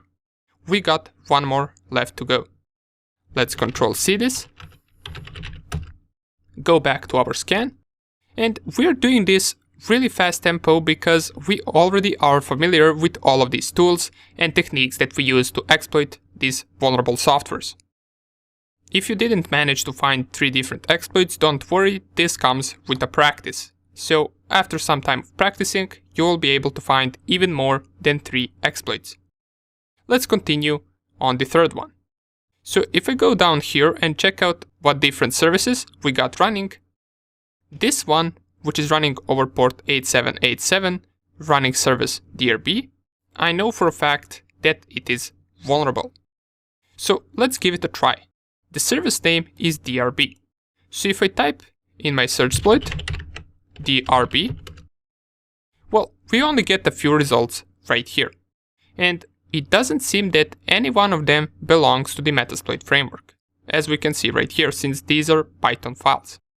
So let's just double check whoops, not here. Let's just double check right here if we can find something regarding DRB, and we do manage to find it. So we got these two exploits, which are for the multi, and we got this DRB remote code execution. And it says distributed Ruby remote code execution. And if I go right here under the version, we can see that it is running Ruby. So let's just give it a try. You never know. If we copy this exploit, which says DRB remote code execution, and we use it right here, show our options, we can see by default it has set the payload to be CMD Unix reverse netcat, and we got two different things to set up. Matter of fact, one of them is URI, which is not really needed, so we can only set our hosts. And for some reason, it does say that our host is not required, but I'm not really sure how it is not required, so we will just specify it anyway. Set our hosts 192.168.1.7. Since the payload is already been set, let us just run the exploit. And here it is. We got command shell session 3 open. Let's type who am I. We are root account, and once again hostname will tell us we're Metasploitable machine. And with this we completed our challenge. We found 3 different vulnerabilities that gave us a shell back. But these are not the only ones, so matter of fact, let me just show you 1 or 2 more that you could have found if you performed this challenge.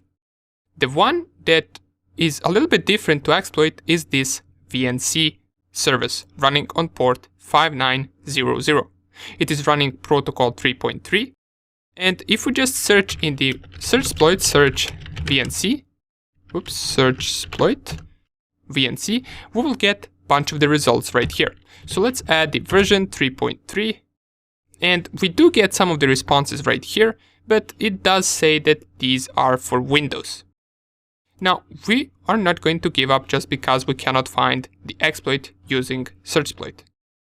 Matter of fact, it probably is somewhere right here, just there is a bunch of results and we don't really want to read through all of this to find the exploit that we need. So let's just go straight to the Metasploit and type search VNC. And if I scroll all the way up, since these are just payloads, I come to exploits, we can see there are about 5 or 6 exploits. And these 4 are for Windows, so we can forget about them straight away. We got this one, and we got this one. This one seems interesting. It is an exploit for multiple operating systems, for VNC, and it says VNC keyboard execution.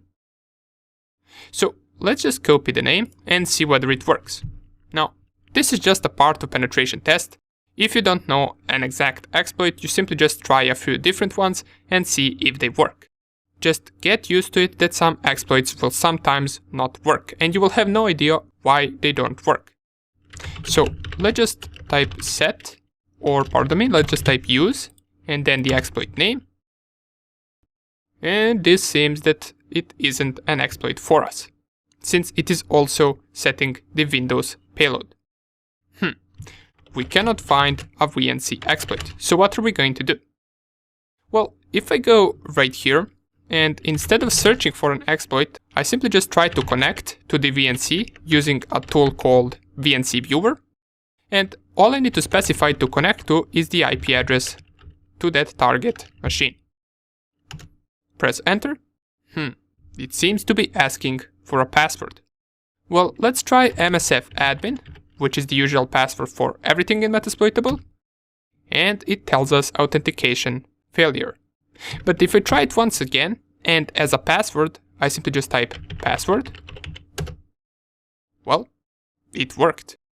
The VNC viewer password was just password. And now I got root shell opened on the Metasploitable. I can execute commands right here, such as ifconfig, such as hostname, ls, and I can see anything that is on the target machine. So this exploit was a little bit different because it was due to a weak password. I just connected to the VNC and I typed password, and it granted the access to the root shell of the Metasploitable. Great. To exit this, I can type exit, and I can exit this desktop right here. And let me show you just one more, and then we're going to end the video. And that one is over port 1099. It is running Java RMI, and if I go in my Metasploit framework and search for Java_RMI, well, we get two exploits right here. Let's try with this one first. So exploit multi, misc Java RMI server, copy the exploit name, go right here and type use. It will set the default payload to be Java meterpreter reverse TCP. Now this is the first time that we're encountering a meterpreter payload. You will see that it is a little bit different than all the other shells that we got in the previous exploits. So if I type show options, there are a bunch of things that I need to set. Our payload options has already been set to correct one, to the correct IP address and to the correct port. All we need to set right here is the R hosts. You can just leave the server host and server port to be 0.0.0.0 and 8080. If I go right here and type set R hosts 192.168.1.7 and I run this, well, here it is. We got the meterpreter session 4 open. And if you want to execute the commands, you can just wait for this exploit to finish, and even though it says right here exploit failed, if I type sessions, I will have the meterpreter session 4. And I can enter that session by typing sessions and then -i, and then the ID of that session, which in my case is 4. And I've entered the meterpreter shell. Right here the commands are different. To check out all of the commands that we can run with the meterpreter, we can type the help command. And you can see it is split into different sections, such as file system commands, such as core commands, and all of these commands work with meterpreter shell. We can download and upload files, we can execute a command, we can screen share, we can perform a screenshot of the target machine, we can record the microphone, and many other things that we're going to check out later. But for now, we can use a command called shell to enter the command shell with the target machine. So if I type who am I once again, right now I'm a root account with the IP address of the Metasploitable. Great. Now I left this meterpreter shell for the end, just so we can slowly start getting into using meterpreter shell on our target machine. As we can see, there is a lot of the commands that we can run. Now, in the next video, we're going to start with Windows exploitation. And in Windows exploitation, we're most likely always going to want to open a meterpreter shell. So that would be about it for this challenge. Once again, if you managed to find 3 different vulnerabilities, congratulations. If not, don't worry, this comes with practice. Now that we covered Metasploitable vulnerabilities, which were rather easy, it is time to move on to the Windows vulnerabilities. See you in the next video. Welcome back. It is time we switch things up a little bit and move on to a different target. For the next few videos, we're going to be attacking Windows 7 machine. And the difference between exploiting Windows 7 and the Metasploitable that we were attacking in the past few videos is inside of Windows 7, we are not going to install any additional software. So these exploits will work on anyone that uses Windows 7 and hasn't updated their operating system, which is most likely everyone running some pirated version of Windows. For this, you will need to install Windows 7 virtual machine. And I got mine right here, it is currently up and running. And you will need to install them inside of your VirtualBox first. You can take a look at YouTube how you can download Windows 7 ISO file, since the ISO file is something that you will need for the installation of VirtualBox Windows machine. And if you can, try to download the 64-bit version of Windows 7. Once you get the ISO file, the installation process is rather easy. Just go to the VirtualBox, then click on New right here. You can type in anything you want, you can call it Windows 7. You can select right here which version you got, either 32-bit or 64-bit. And once you select it, click on Next. Let me just see right here, cannot create, this folder already exists. Yeah, this folder already exists because I have already created the Windows 7 machine. But if I call it, for example, Windows 77, just so I can change the name of the virtual machine, click on Next. Here what you want to do is you want to add at least 2 GB of RAM. Now, in case you don't have 2 GB of RAM, feel free to add 1 GB, but in that case I'm not sure whether it will work since I haven't really tried it. Once you create the virtual machine and set the RAM, you can click on Next. Right here select Create a virtual hard disk now. Click on Next, Next, Next. Here you can select the hard disk size. You don't need to go too much, you can just choose something like 20 to 30 GB, click on Create, and your virtual machine will be right here. Once you do all of that, there are just a few more settings that you need to set up, so just go right here onto the settings. And in the storage, you want to delete this empty right here, and under the controller, you want to add the Windows ISO file. So in my case, here is mine, Windows 7 Ultimate x64.iso. I would choose that one, and then I would proceed to the network settings and change from the NAT to the bridged adapter. Select your adapter right here and click on Create. After you do all of this, you can start your process of installing Windows 7. And the process is rather easy, as I already mentioned. However, there is one important step that we need to pay attention to. And I got the screenshot of that step right here on my desktop. As far as I remember, this step happens, I believe, at the very end of installation, and here it asks us help protect your computer and improve Windows automatically. Here we want to select the last option, which is Ask Me Later. It says for that option until you decide your computer might be vulnerable to security threats. And by selecting this, we're simulating a vulnerable Windows 7 machine that wasn't regularly updated. Once you do all of this, you should be ready to go. The other steps of installation are not important, just remember, once you get to this step, select Ask Me Later. Okay, so right now I got both of these machines up and running. I got Kali Linux and Windows 7.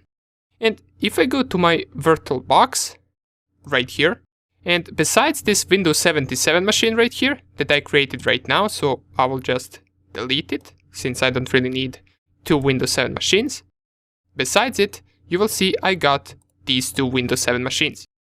So I got Windows 7 32-bit and Windows 7 64-bit, and both are installed with a different ISO file. And the reason why I got 2 of them is just to show you that sometimes some of the exploits won't work. And that doesn't mean you didn't perform the exploit correctly. It's just that sometimes they just don't work. Whether it is due to architecture or some Windows update, it doesn't matter. Just you will see that, for example, some of the exploits will work on this version of Windows 7, but on this one, it will not work. Now, there is also one thing that we must do on the target machine before we actually attack it. So once you install Windows 7 and you have it up and running, go to it, and from the desktop, you want to type Control Panel. And in the Control Panel, we want to disable the firewall. The reason we do that is because the attack that we're going to perform targets port 445, which is by default open on Windows machines. However, it is also by default being filtered by a firewall that is automatically on every time you install a Windows machine. So for our exploits to work, target has to have that port unfiltered by the firewall for us to be able to exploit it.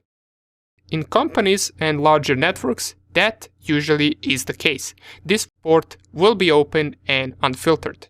Why? Well, because it is SMB protocol or server message block protocol. It is used in network file sharing, and it allows applications on a computer to read and write to files and to request services from server programs in a computer network. It is basically used for different directory access or for printer access or something similar. That's why it is usually open inside companies without any firewall whatsoever. Let me show you what I mean. If I go right here and under the System and Security, I click on Windows Firewall. I already have it disabled, but by default you should have it like this. So you should have firewall up and running. If I leave the firewall up and running and I go to my Cal Linux machine and scan it real fast, so sudo nmap, we're going to use the synscan. In order for this to work, I need to know the IP address of my Windows 7 machine, so I will just type ipconfig inside of the command prompt and it will tell me it is 192.168.1.8. So if I go back and scan that IP address, input my password, this scan shouldn't take more than just a few seconds, and you will see right here that these ports are open. But for you, they will probably not be open. Why? Well, because you haven't really disabled the firewall yet. So even though I scan it right now once again, while the firewall is on, you can see in the scan results, ports are set to be open. What you are going to see, in case you haven't disabled the firewall already, is you will most likely see 1000 ports filtered. And to fix that, what you can do is go right here, click on Turn Windows Firewall on or off, then select right here Turn off Windows Firewall, and turn off Windows Firewall in the second option as well. Click on OK, and now the firewall is off. Now if you go and perform the scan once again, for me I will have the same results, but for you, you will have much more ports open. And I also get some ports open that weren't open once the firewall was enabled. Besides all of those ports, you should also see the port 139 being open and the port 445 being open.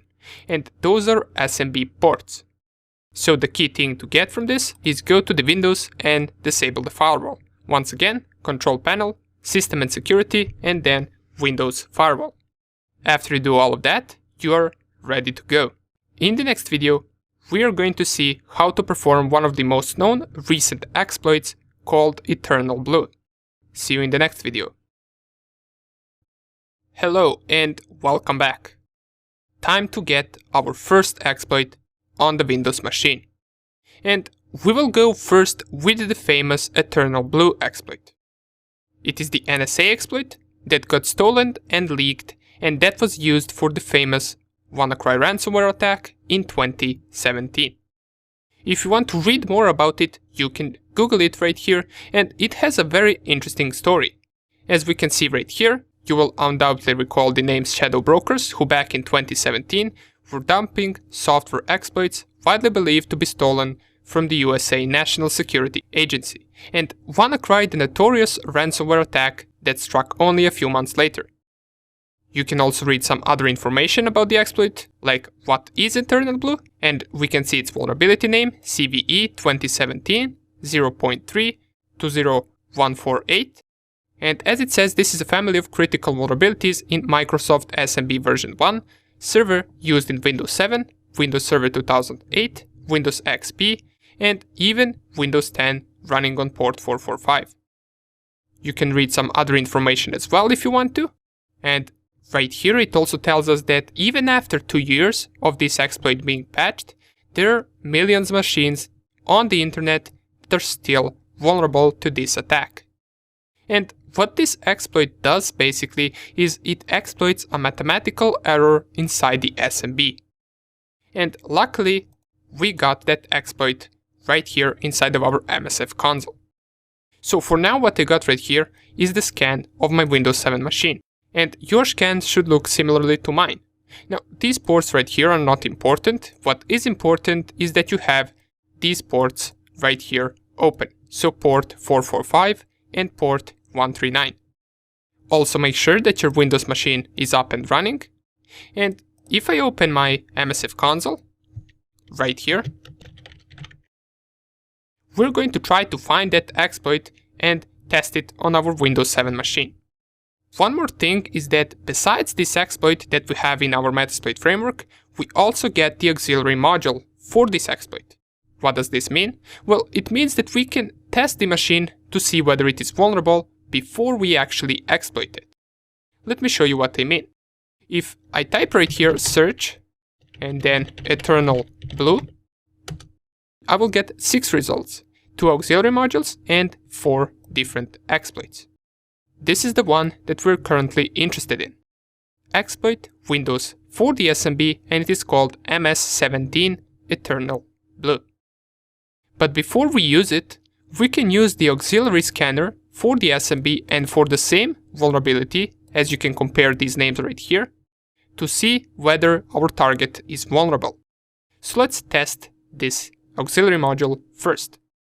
If I type right here use, and then paste the auxiliary module, clear the screen and show my options, there are a few different things that we need to set up, but the only required things is the R hosts.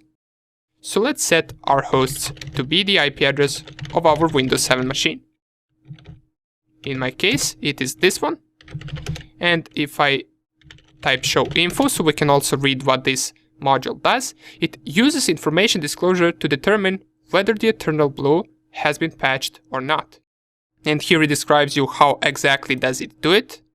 So if I triple check our options, everything seems to be set. You don't want to change these named pipes, and you also do not want to change the R port. So only thing you need to set up is this R hosts right here. And let us type run. It will finish in just a few seconds, and it will tell me host is likely vulnerable to the Eternal Blue attack. It even gives us the version Windows 7 Ultimate 7601 Service Pack 1 64-bit. Great, our target seems to be vulnerable. Let us now perform the exploit, and you will see how easy it is. So if I search Eternal Blue once again, I copy the exploit name, which is this one, clear the screen, type use. It will by default set the payload to be Windows Reverse Interpreter Shell for the 64-bit machine. Now, since it will set this by default, you must consider changing this in case your Windows 7 machine is a 32-bit machine. If it is a 64-bit, you can simply just leave this to be Windows 64-bit Interpreter Reverse TCP. If it is not, then you want to set payload to be equal to Windows/Interpreter/Reverse TCP. And you will notice the only difference between this payload and this payload right here is this 64. So this just indicates that this is a 64-bit payload. Now I will not run this command because my Windows 7 machine is 64-bit. I will just type show info. And here we can see the exact definition and description of the exploit. This module is a port of the equation group Eternal Blue exploit, part of this toolkit right here, released by Shadow Brokers. There is a buffer overflow operation in this function right here. The size is calculated in this, so I'm not going to read this, of course, with mathematical error where a D word is abstracted into a word. Okay, so since our target is vulnerable, at least the auxiliary module told us, let us check out the options and let's run the exploit. So here as well we got few things that we need to set up. My payload is automatically set right here to the IP address and the port. These two we do not want to change. The R port we do not want to change, and the R hosts we need to set to the IP address of Windows 7 machine. Once everything is done, we can type run, and this will start our exploit. And in just a few seconds, I should get the Interpreter Reverse Shell open on the Windows 7 machine. And here it is. Down here, it will print out this win, which means the exploit worked successfully. And I got my Windows 7 machine. If I type the command get UID, which stands for get user ID, it will tell me that I'm currently on that machine as the system account. And this is the highest level account on a Windows machine. Great, we successfully exploited our first vulnerability inside the Windows 7 machine. And by the way, since we haven't really covered the interpreter yet, remember that we can run the help command, and here we can execute all of these commands that the interpreter shell gives us. But for now, we are not going to do that. we're going to cover these commands and a bunch of other commands that we don't have here in the post-exploitation module, which is coming soon. For now, we just want to gain access to the target, and in this video, we successfully did it. But I want to show you one more thing. So don't worry, I know that you're impatiently waiting for us to actually do something on the target, but for now, the goal is to only gain access to it. If you want, you can test these commands by yourself. You can just simply type screenshot, for example, just to show you how it works. And it will take the screenshot of the target's desktop.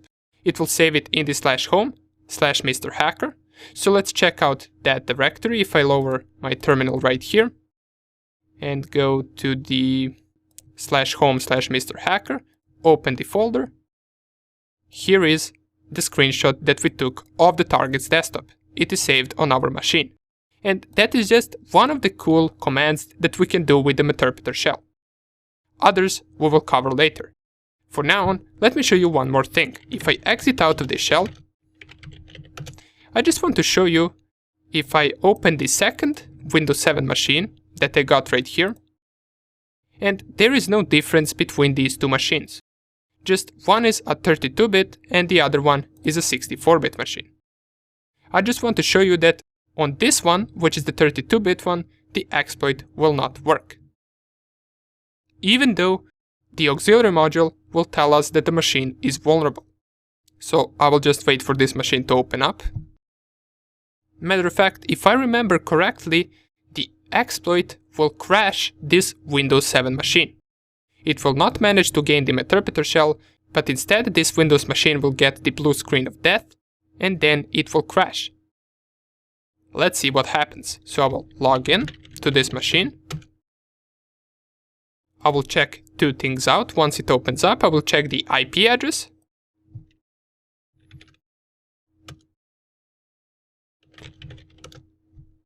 So it is 192.168.1.13. And one more thing I will check is whether the firewall is disabled. So I will go to Control Panel, System and Security, and then Windows Firewall.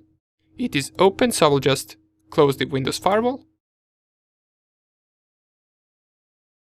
And now if I perform the same exploit, just change the IP address to the IP address of this new Windows 7 machine, and I try to run it, it will start the same, just after a few seconds, this machine right here should crash. It even tells us right here, host is likely vulnerable to the MS-17, which is the Eternal Blue exploit. So let's see what happens. And here it is. You can see that the Windows machine crashed, and now it is restarting. Also here we can see that the exploit failed. Remember that we got the win message once we exploited the previous Windows 7 target, but right now the exploit failed. Matter of fact, in the second attempt of it exploiting the Windows 7 machine, it crashed the machine. So this is just an example that sometimes an exploit will not work. In the first one, we managed to gain the access to the Windows 7 machine with the Meterpreter shell, but in the second one, we only managed to crash it. However, even if you manage to only crash it, this is something that you will 100% write on a report. This is a vulnerability. You should never be able to crash a target computer just like this. Imagine if this Windows 7 machine was doing something important. And just us knowing its IP address and running this exploit, we managed to crash it. That could cause a lot of problem. Now, if you really want to get this exploit to work, you can try to find a different Windows 7 ISO file and try with it to see if it might work on that one. I would also advise you that if you can, you try to install a Windows 7 64-bit version.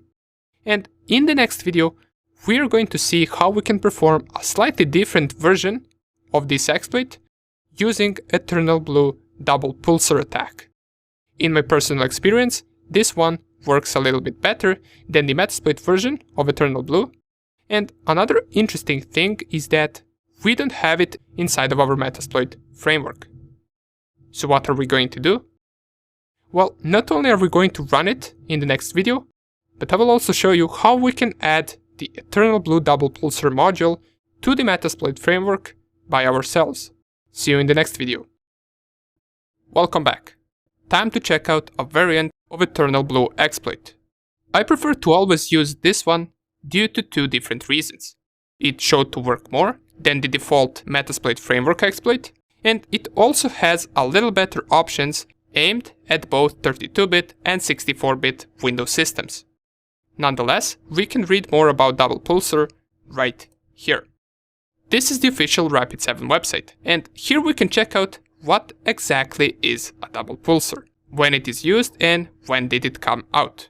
So here it says Double Pulsar is an implant leaked by the Shadow Brokers group earlier this year that enables the execution of additional malicious code. So you can read right here, but you can also check out different websites in order to find out how exactly does the exploit work in case you're interested in that. But what's important for us in this video is how to run the exploit. Remember, we have no module in Metasploit framework for the Eternal Blue Double Pulsar. So we must download the exploit ourselves and import it in Metasploit framework. This will be a little bit of a longer video since there are a few things that we need to do to achieve this exploit. The first thing that we must do is install Wine. And what is Wine? Well, Wine is a program that allows us to execute Windows applications on Linux systems. Why do we need this? Well, it is required for Double Pulsar to run. To install it, we can run the following command: sudo dpkg --add -architecture i386, and then these two signs, which mean that we are going to add another command to this larger command, and that is apt get update, and another command is apt get install wine32. So these are three separate commands, and in the last one we're going to install the wine32. If you press enter and type in the password, this command should start executing. Now, if it tells you right here this, which is permission denied, then just copy this command without the sudo, enter the root terminal by typing sudo su, and then paste the command. Press enter, and now it should start executing all of these three commands. Now, I will Control C this because I have already performed this. For you, just wait for this to finish and then proceed with the tutorial. And the reason why we are doing all of this is because we need to get Wine directory with the drive C folder. And you might be asking, well, what is that and where do I even find it? Well, sometimes it won't appear after installation. So what we must do is install some Windows program. In this case, let's just go and install Python 2 for Windows on our Kali Linux machine. Not because we need it, but because after we install it, our drive C folder will appear. And if you have no idea what I'm talking about, hang on for just a second and you will see it after we install a Windows program. It is all required for our exploit to run. So navigate to this link right here, which is https www.python.org/downloads/release and then /python-2714 and / at the end. Here we should see this version of Python, and what we are interested in from all of these versions is Windows x86 MSI installer. Click on it and click on Save File. It will start downloading our Windows MSI installer, and once it has finished, we want to go to the downloads directory and open terminal inside of it. Once it does that, we can run the command wine msi execute /i and then the name of the file, which in my case and in your case will be Python 2.7.14.msi. Just a small interrupt, this command that I just showed you, make sure to execute it using root terminal. So don't execute it using our regular Mr. Hacker terminal, otherwise in most cases it might not actually work. So what you can do is you can just type sudo su, enter the password for your account and run the wine msi execute /i and then the name of the file using root terminal. Okay, let's go back to the video. Click enter and this will start installing Python 2.7.14 as a Windows program. We want to click on next on every step. So next, next, next, next. So this already exists. I will click on yes. And this installation should finish in just a few seconds. Once it is done, you can click on finish. And right now, we should have our wine folder in the /root directory. So if I go to the /root directory, I need to go cd /root. Let us just enter the root terminal and go to the /root directory. If we type ls, it will be empty. Did we fail somewhere? Well, not exactly. Once installed, wine will be a hidden directory, which means its name will start with a dot. And by the way, to list all the files inside of a directory, including hidden files, we can run the command ls-la. And here are all the hidden files, including our .wine directory. Now, if you cannot see it, make sure that you run this command, which is wine msi execute /i python 2.7.14 from the root terminal. And just click on next, next, next steps, and you should have this .wine folder inside of the /root directory. Great. So if I go to that folder, cd.wine, here I will have drive C folder and some other folders as well. So everything works for now. Now that we got this ready, we can proceed to download our exploit. So go once again to the Firefox, open a second tab and type eternal blue double pulsar. And it will show up this first link, which is a GitHub link. We want to click on it. And since we already know how to install a GitHub tool, let's just do it real quick. We just want to copy this link right here. Go inside our terminal. Let's change the directory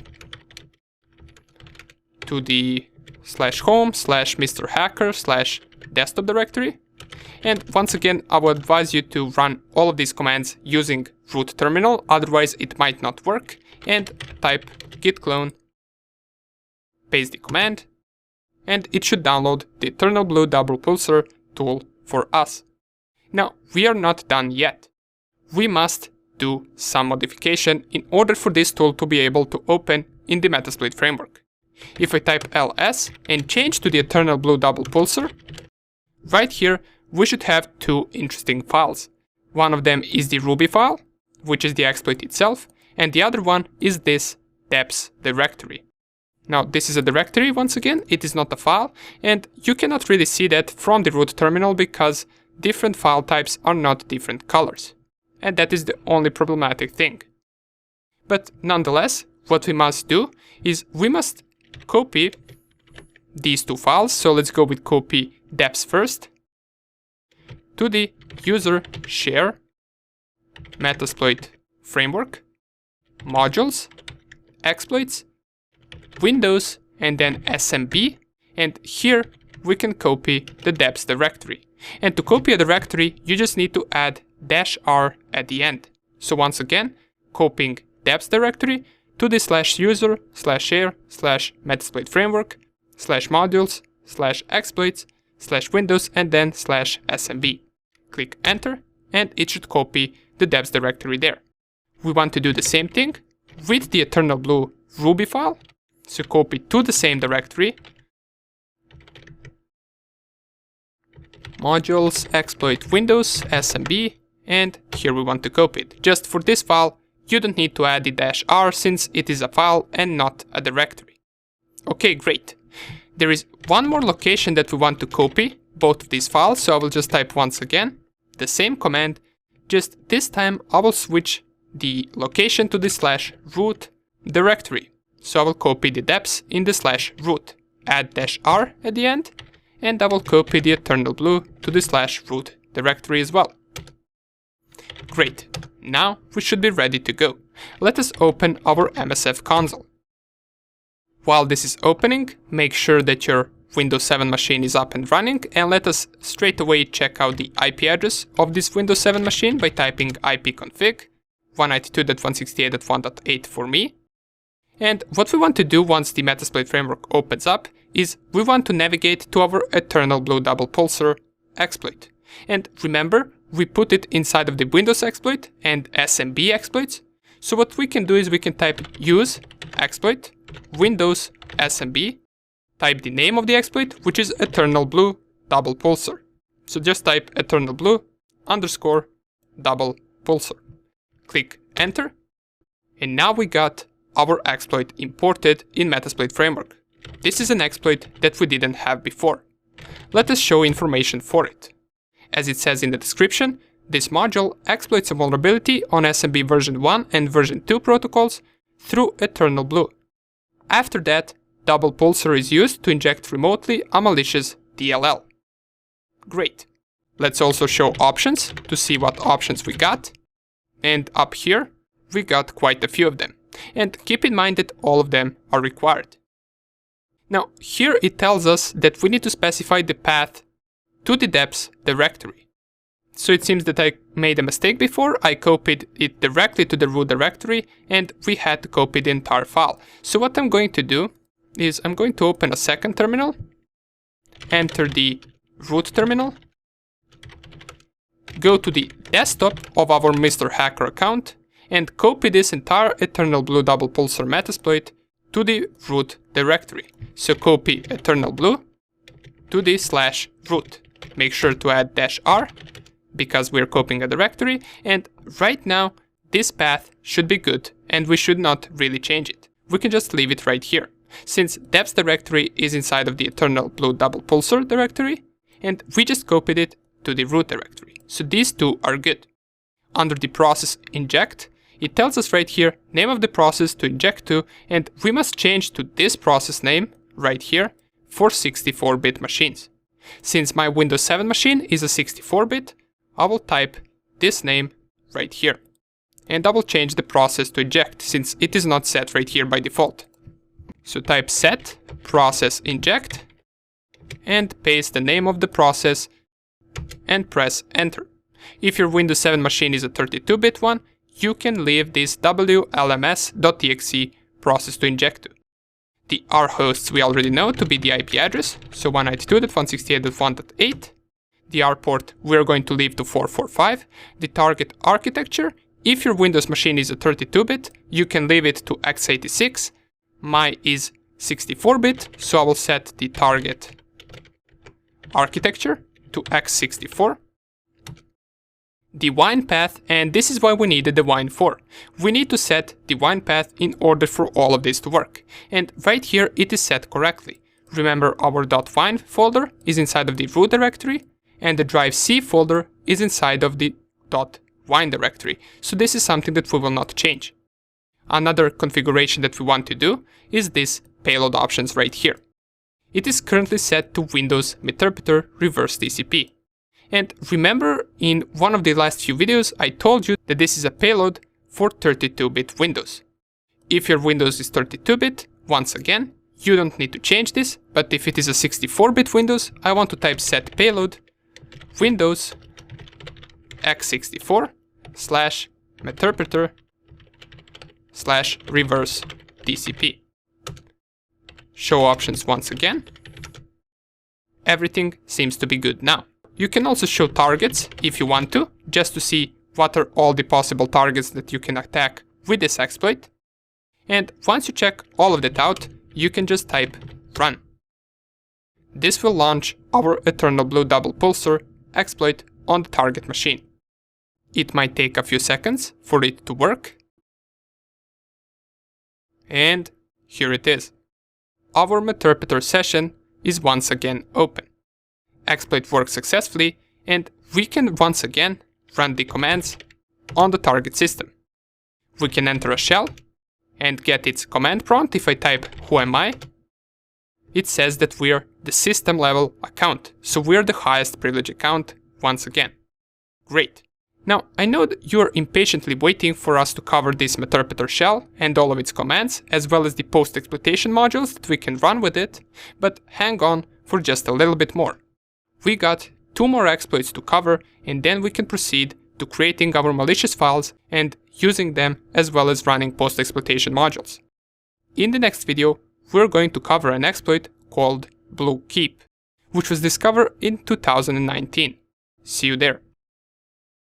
Welcome back, and we right now have to cover another vulnerability for Windows. This vulnerability is called Blue Keep, and it came out in 2019. This is a remote desktop protocol, or RDP vulnerability, and what is so special about it? Well, as it says right here on this page, this latest RDP vulnerability could allow hackers to remotely run code at the system level without even having to authenticate.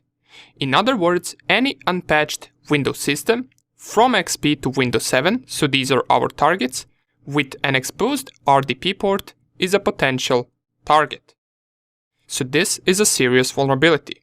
Matter of fact, many people link it to be as high vulnerability as the Eternal Blue was, which we already covered and which came out in 2017.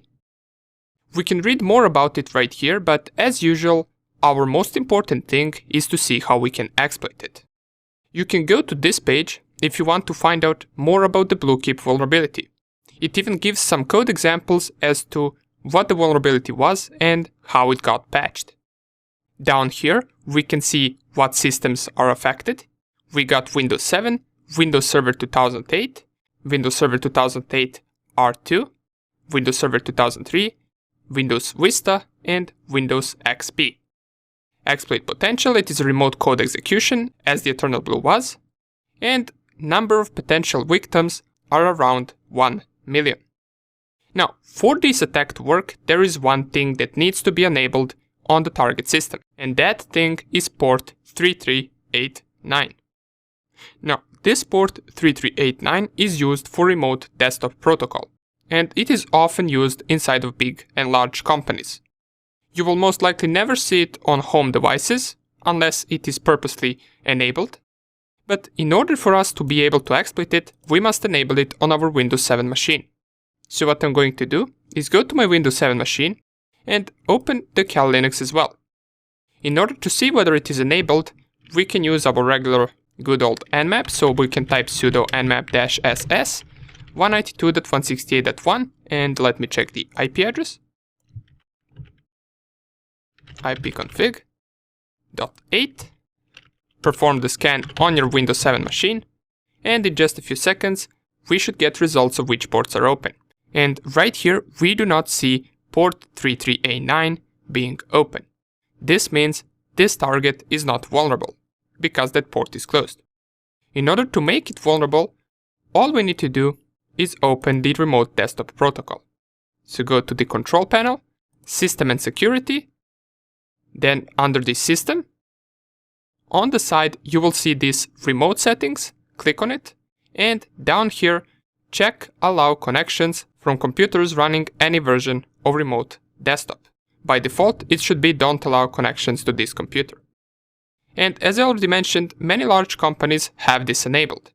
We just click on apply, click on OK, we can close this, and if we run the scan once again, right now we will have 3389 port open. Let us see whether it is vulnerable or has it been patched. If I open MSF console, and the exploitation is similar as it was with the Eternal Blue. We got the auxiliary module that will tell us whether the target is vulnerable without exploiting it, and then we have an exploit that will gain access to the target and give us the Meterpreter shell. So what we can do is we can just type the vulnerability name, so search Blue Keep, press enter, and we will see two results right here. As I mentioned, the auxiliary module and the exploit. So let's go with the auxiliary module first. We copy its name, we use and then paste the name of the auxiliary module, clear the screen, show information. This module checks a range of hosts for the Blue Keep vulnerability by binding this channel outside of its normal slot and sending non-DOS packets which respond differently on patched and vulnerable hosts. So this is the way that it will figure out whether the target is vulnerable or not. Let's see what options we need to set. So show options, and there seems to be a few of them. We got the R port, which is 3389. This is something that we will not change. We got the R hosts, so let's set it to the IP address of the Windows 7 machine. we got these 4 options right here as well, but the only one that is required is this RDP client IP. And it says right here the client IPv4 address to report during connect. And this pretty much doesn't matter. It can be any IP address. For example, I will just leave it to be this one, even though this is an IP address that I do not have on my local network. But I will just leave it on this. And if I go right here and type run, it will tell me the target is vulnerable. The target attempted cleanup of the incorrectly bound MS-T120 channel. This means it is vulnerable.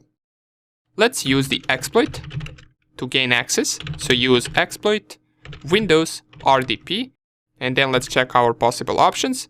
We want to go with the CVE 2019 Bluekeep remote code execution.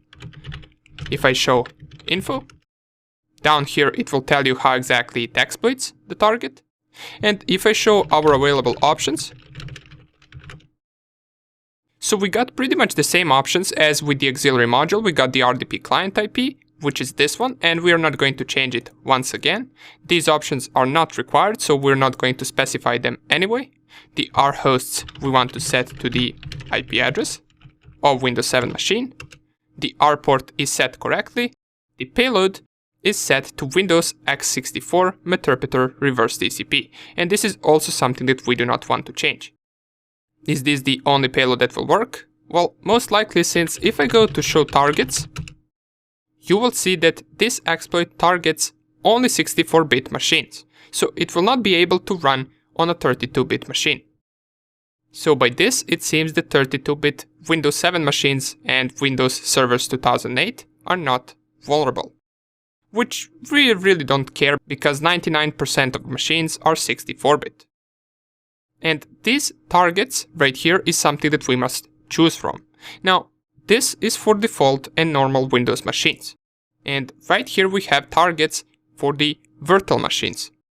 And this is something that we must set. If we leave it on automatic, it should figure out on its own that we are running Windows 7 inside of a virtual box, and it will perform the exploit for the VirtualBox Windows 7 version. But if we, for example, set this one, the exploit should not work. So we must set the target to 2, in case we are running the Windows 7 inside of a virtual box. If we were attacking a regular Windows machine that is vulnerable, we would set 1. If we were attacking a virtual machine from the VMware station, we would set one of these 3, and we would set these 2 accordingly as well. So let's triple check our options. Everything here is set. The payload is a 64-bit payload, which is good. And the target is Windows 7 inside of a virtual box. Great. Let us run the exploit. It tells us that the target is vulnerable. And in just a few seconds, we should get the Meterpreter shell opened on that Windows 7 machine. And after 30 to 40 seconds, here it is. We got Meterpreter session 1 opened on the target machine. If I type get user ID, it will tell me that we are system. Once again, the highest privilege account on that target machine. We can perform the commands as usual. Enter the shell, type hostname, we are test2 PC, ipconfig, gives us the IP address of the target machine, and all of these things that we're already familiar with. Great, another Windows 7 vulnerability covered. So, what is the important thing that we learned from this video? The vulnerability is called Bluekeep. It is a critical RDP or remote desktop protocol vulnerability, and in order to exploit the target, it must be an unpatched 64-bit Windows XP to Windows 7 machine, including Windows Server 2008, and it must have RDP enabled and port 3389 open. Where are these machines most likely to be found? In large companies. So once again, most likely we will not see these types of targets in home networks. Okay, great. Now that we covered Windows 7 vulnerabilities, time to go on to exploit Windows 10 machine. See you in the next video. Welcome back. In this and in the next video, I want to talk about something different. We attacked different machines, from Windows machines to Linux machines, but in these 2 videos, I want to show you that you can also target your own router, or the router from the network that you are attacking. Now, it might seem that it is not that important to test your router, but once you gain access to the router, you pretty much have the control over the entire network. And not only that, gaining access to the router is powerful. It means that you can change different network settings, that you can forward different ports, and so on and so on. The routers are also the easiest devices to hack. You might be asking, why? Well, because usually 90% of home routers and home devices have default login passwords. The vendors who provide homes with their routers never really change the default password, and default password is something that you can find on the internet. These default password attacks we're going to check out in the next tutorial, but for this one I want to show you a cool tool that you can use to test on your own router to check out whether it is vulnerable to some exploits. So just type in your search bar Routersploit and it will lead you to this GitHub link where we will have our Routersploit tool. Now we already know how to download all of these GitHub tools, so let's copy the link straight away, navigate to our desktop, and we can git clone Routersploit. While this is copying, let's go down to the installation commands just to see how we can install this tool properly, and here we have installation on Kali Linux and all of the commands that we must run. So we must install python3.pip, even though I believe we already have this. Let's run the command just to make sure, and it requires root privileges, so let's enter the root account first and let's type the same command, apt-get install python3.pip. Everything is installed. Let's move on to the next command. We already did the git clone. Let's change the directory to Routersploit.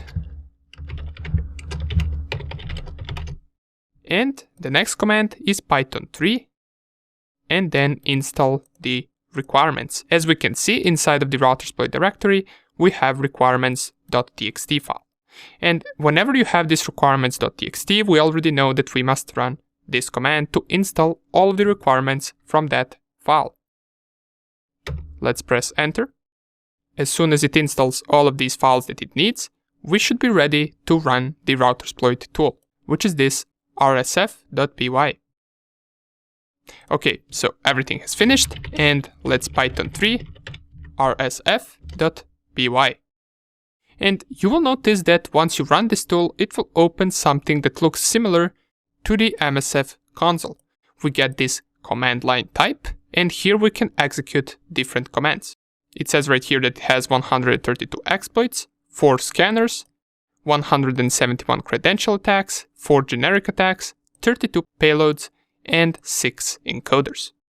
Now, to check out all of the available commands, we can run help command, and it will tell us how to use a certain module, how to execute a shell command argument, and here we can also search for different tools. Now if I type search scanners, it will give us all of the 4 scanners that it has. And in this video, we're going to use this AutoPWN scanner. This will test for all the exploits from the Routersploit tool onto our target router to see whether it is vulnerable to any one of them. So let's type use scanners and then AutoPWN. Once you select it, you can type help, or pardon me, you can type show options, the same way that we do inside of the MSF console, and the only thing that we must set is target IP address. To do that, we can type set target 192.168.1.1. This is the router in my case. If you want to check out your gateway or your router, you can type the command netstat-nr, and under the gateway, you will have the IP address of your gateway. Once you check it out, type it right here, and as soon as you set your IP address, you can type run. As it says, it will start the vulnerability check, and it will go through all of these exploits and see whether your router is vulnerable to any one of them. If you have this minus sign, that means that the router is not vulnerable. If you have this star sign, that means that Routersploit cannot really determine whether your router is vulnerable to this security threat. As it says right here, it could not be verified.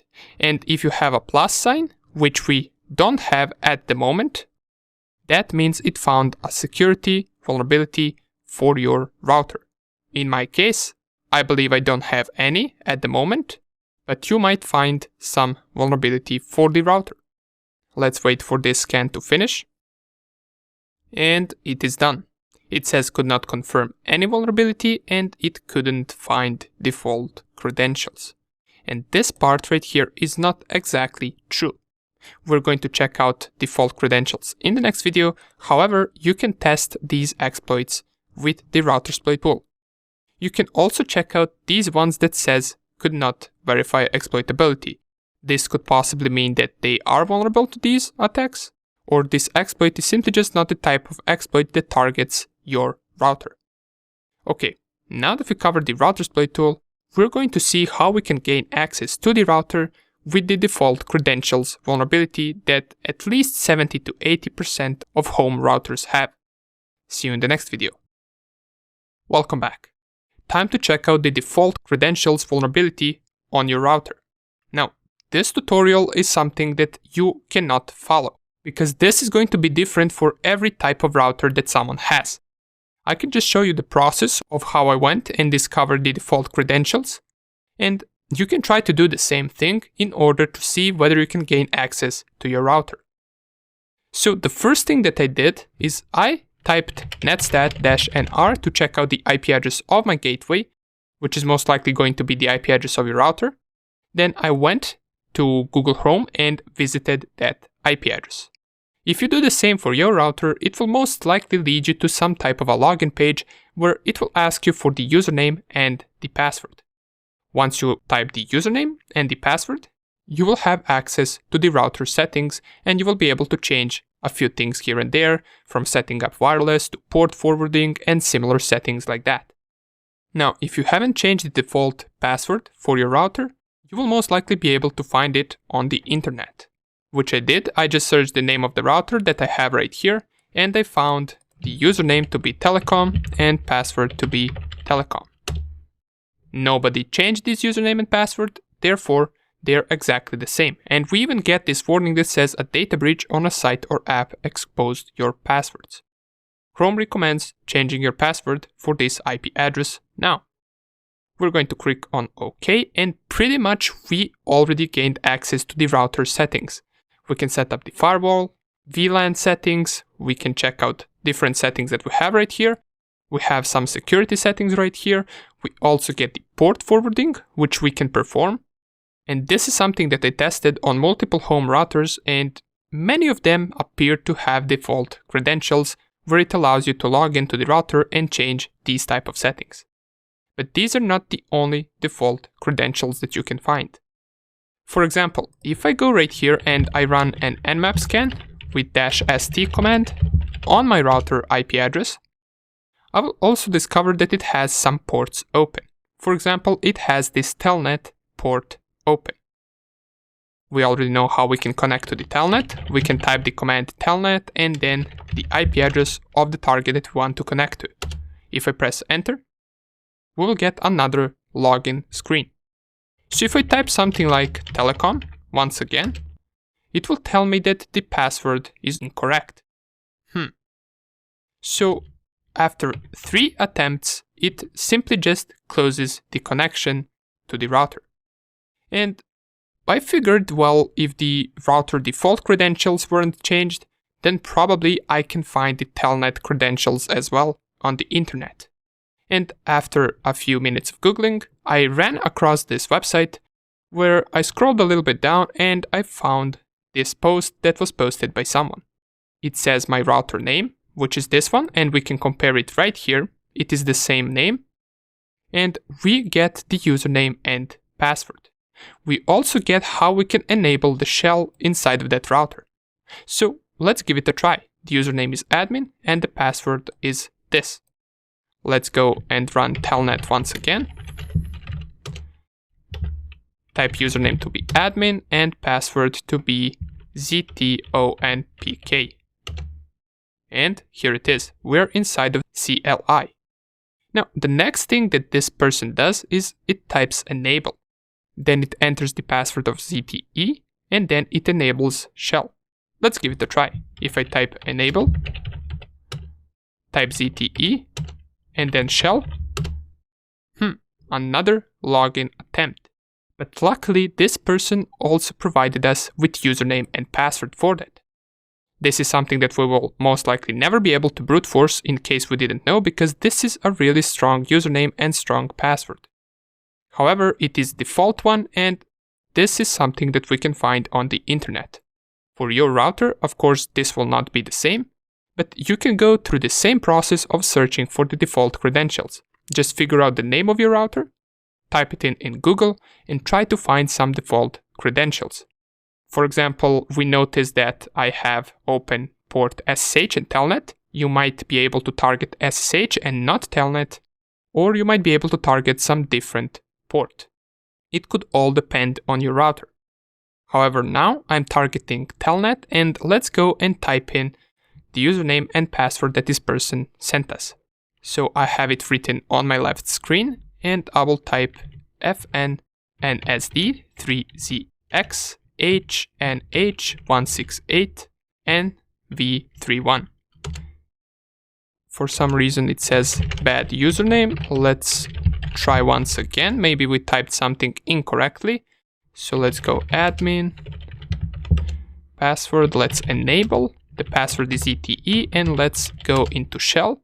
Here we want to type FNNSD3ZXHNH168 NV31, which is the login, and the password is ZXHNH168 NV31.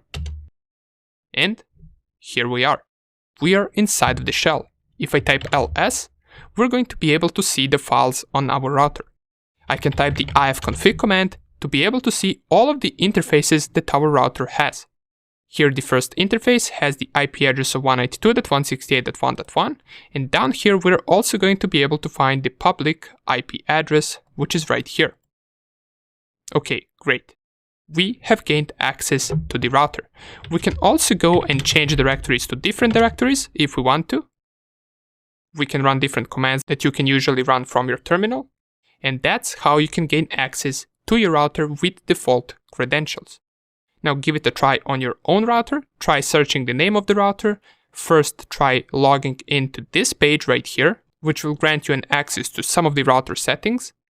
And even if you don't manage to do that, try scanning your router with Nmap, figure out whether it has some interesting ports open, and then target those ports with default credentials that you might manage to find online, just like I did right here. Okay, now that we covered this, we're ready to continue with our exploitation section. See you in the next video.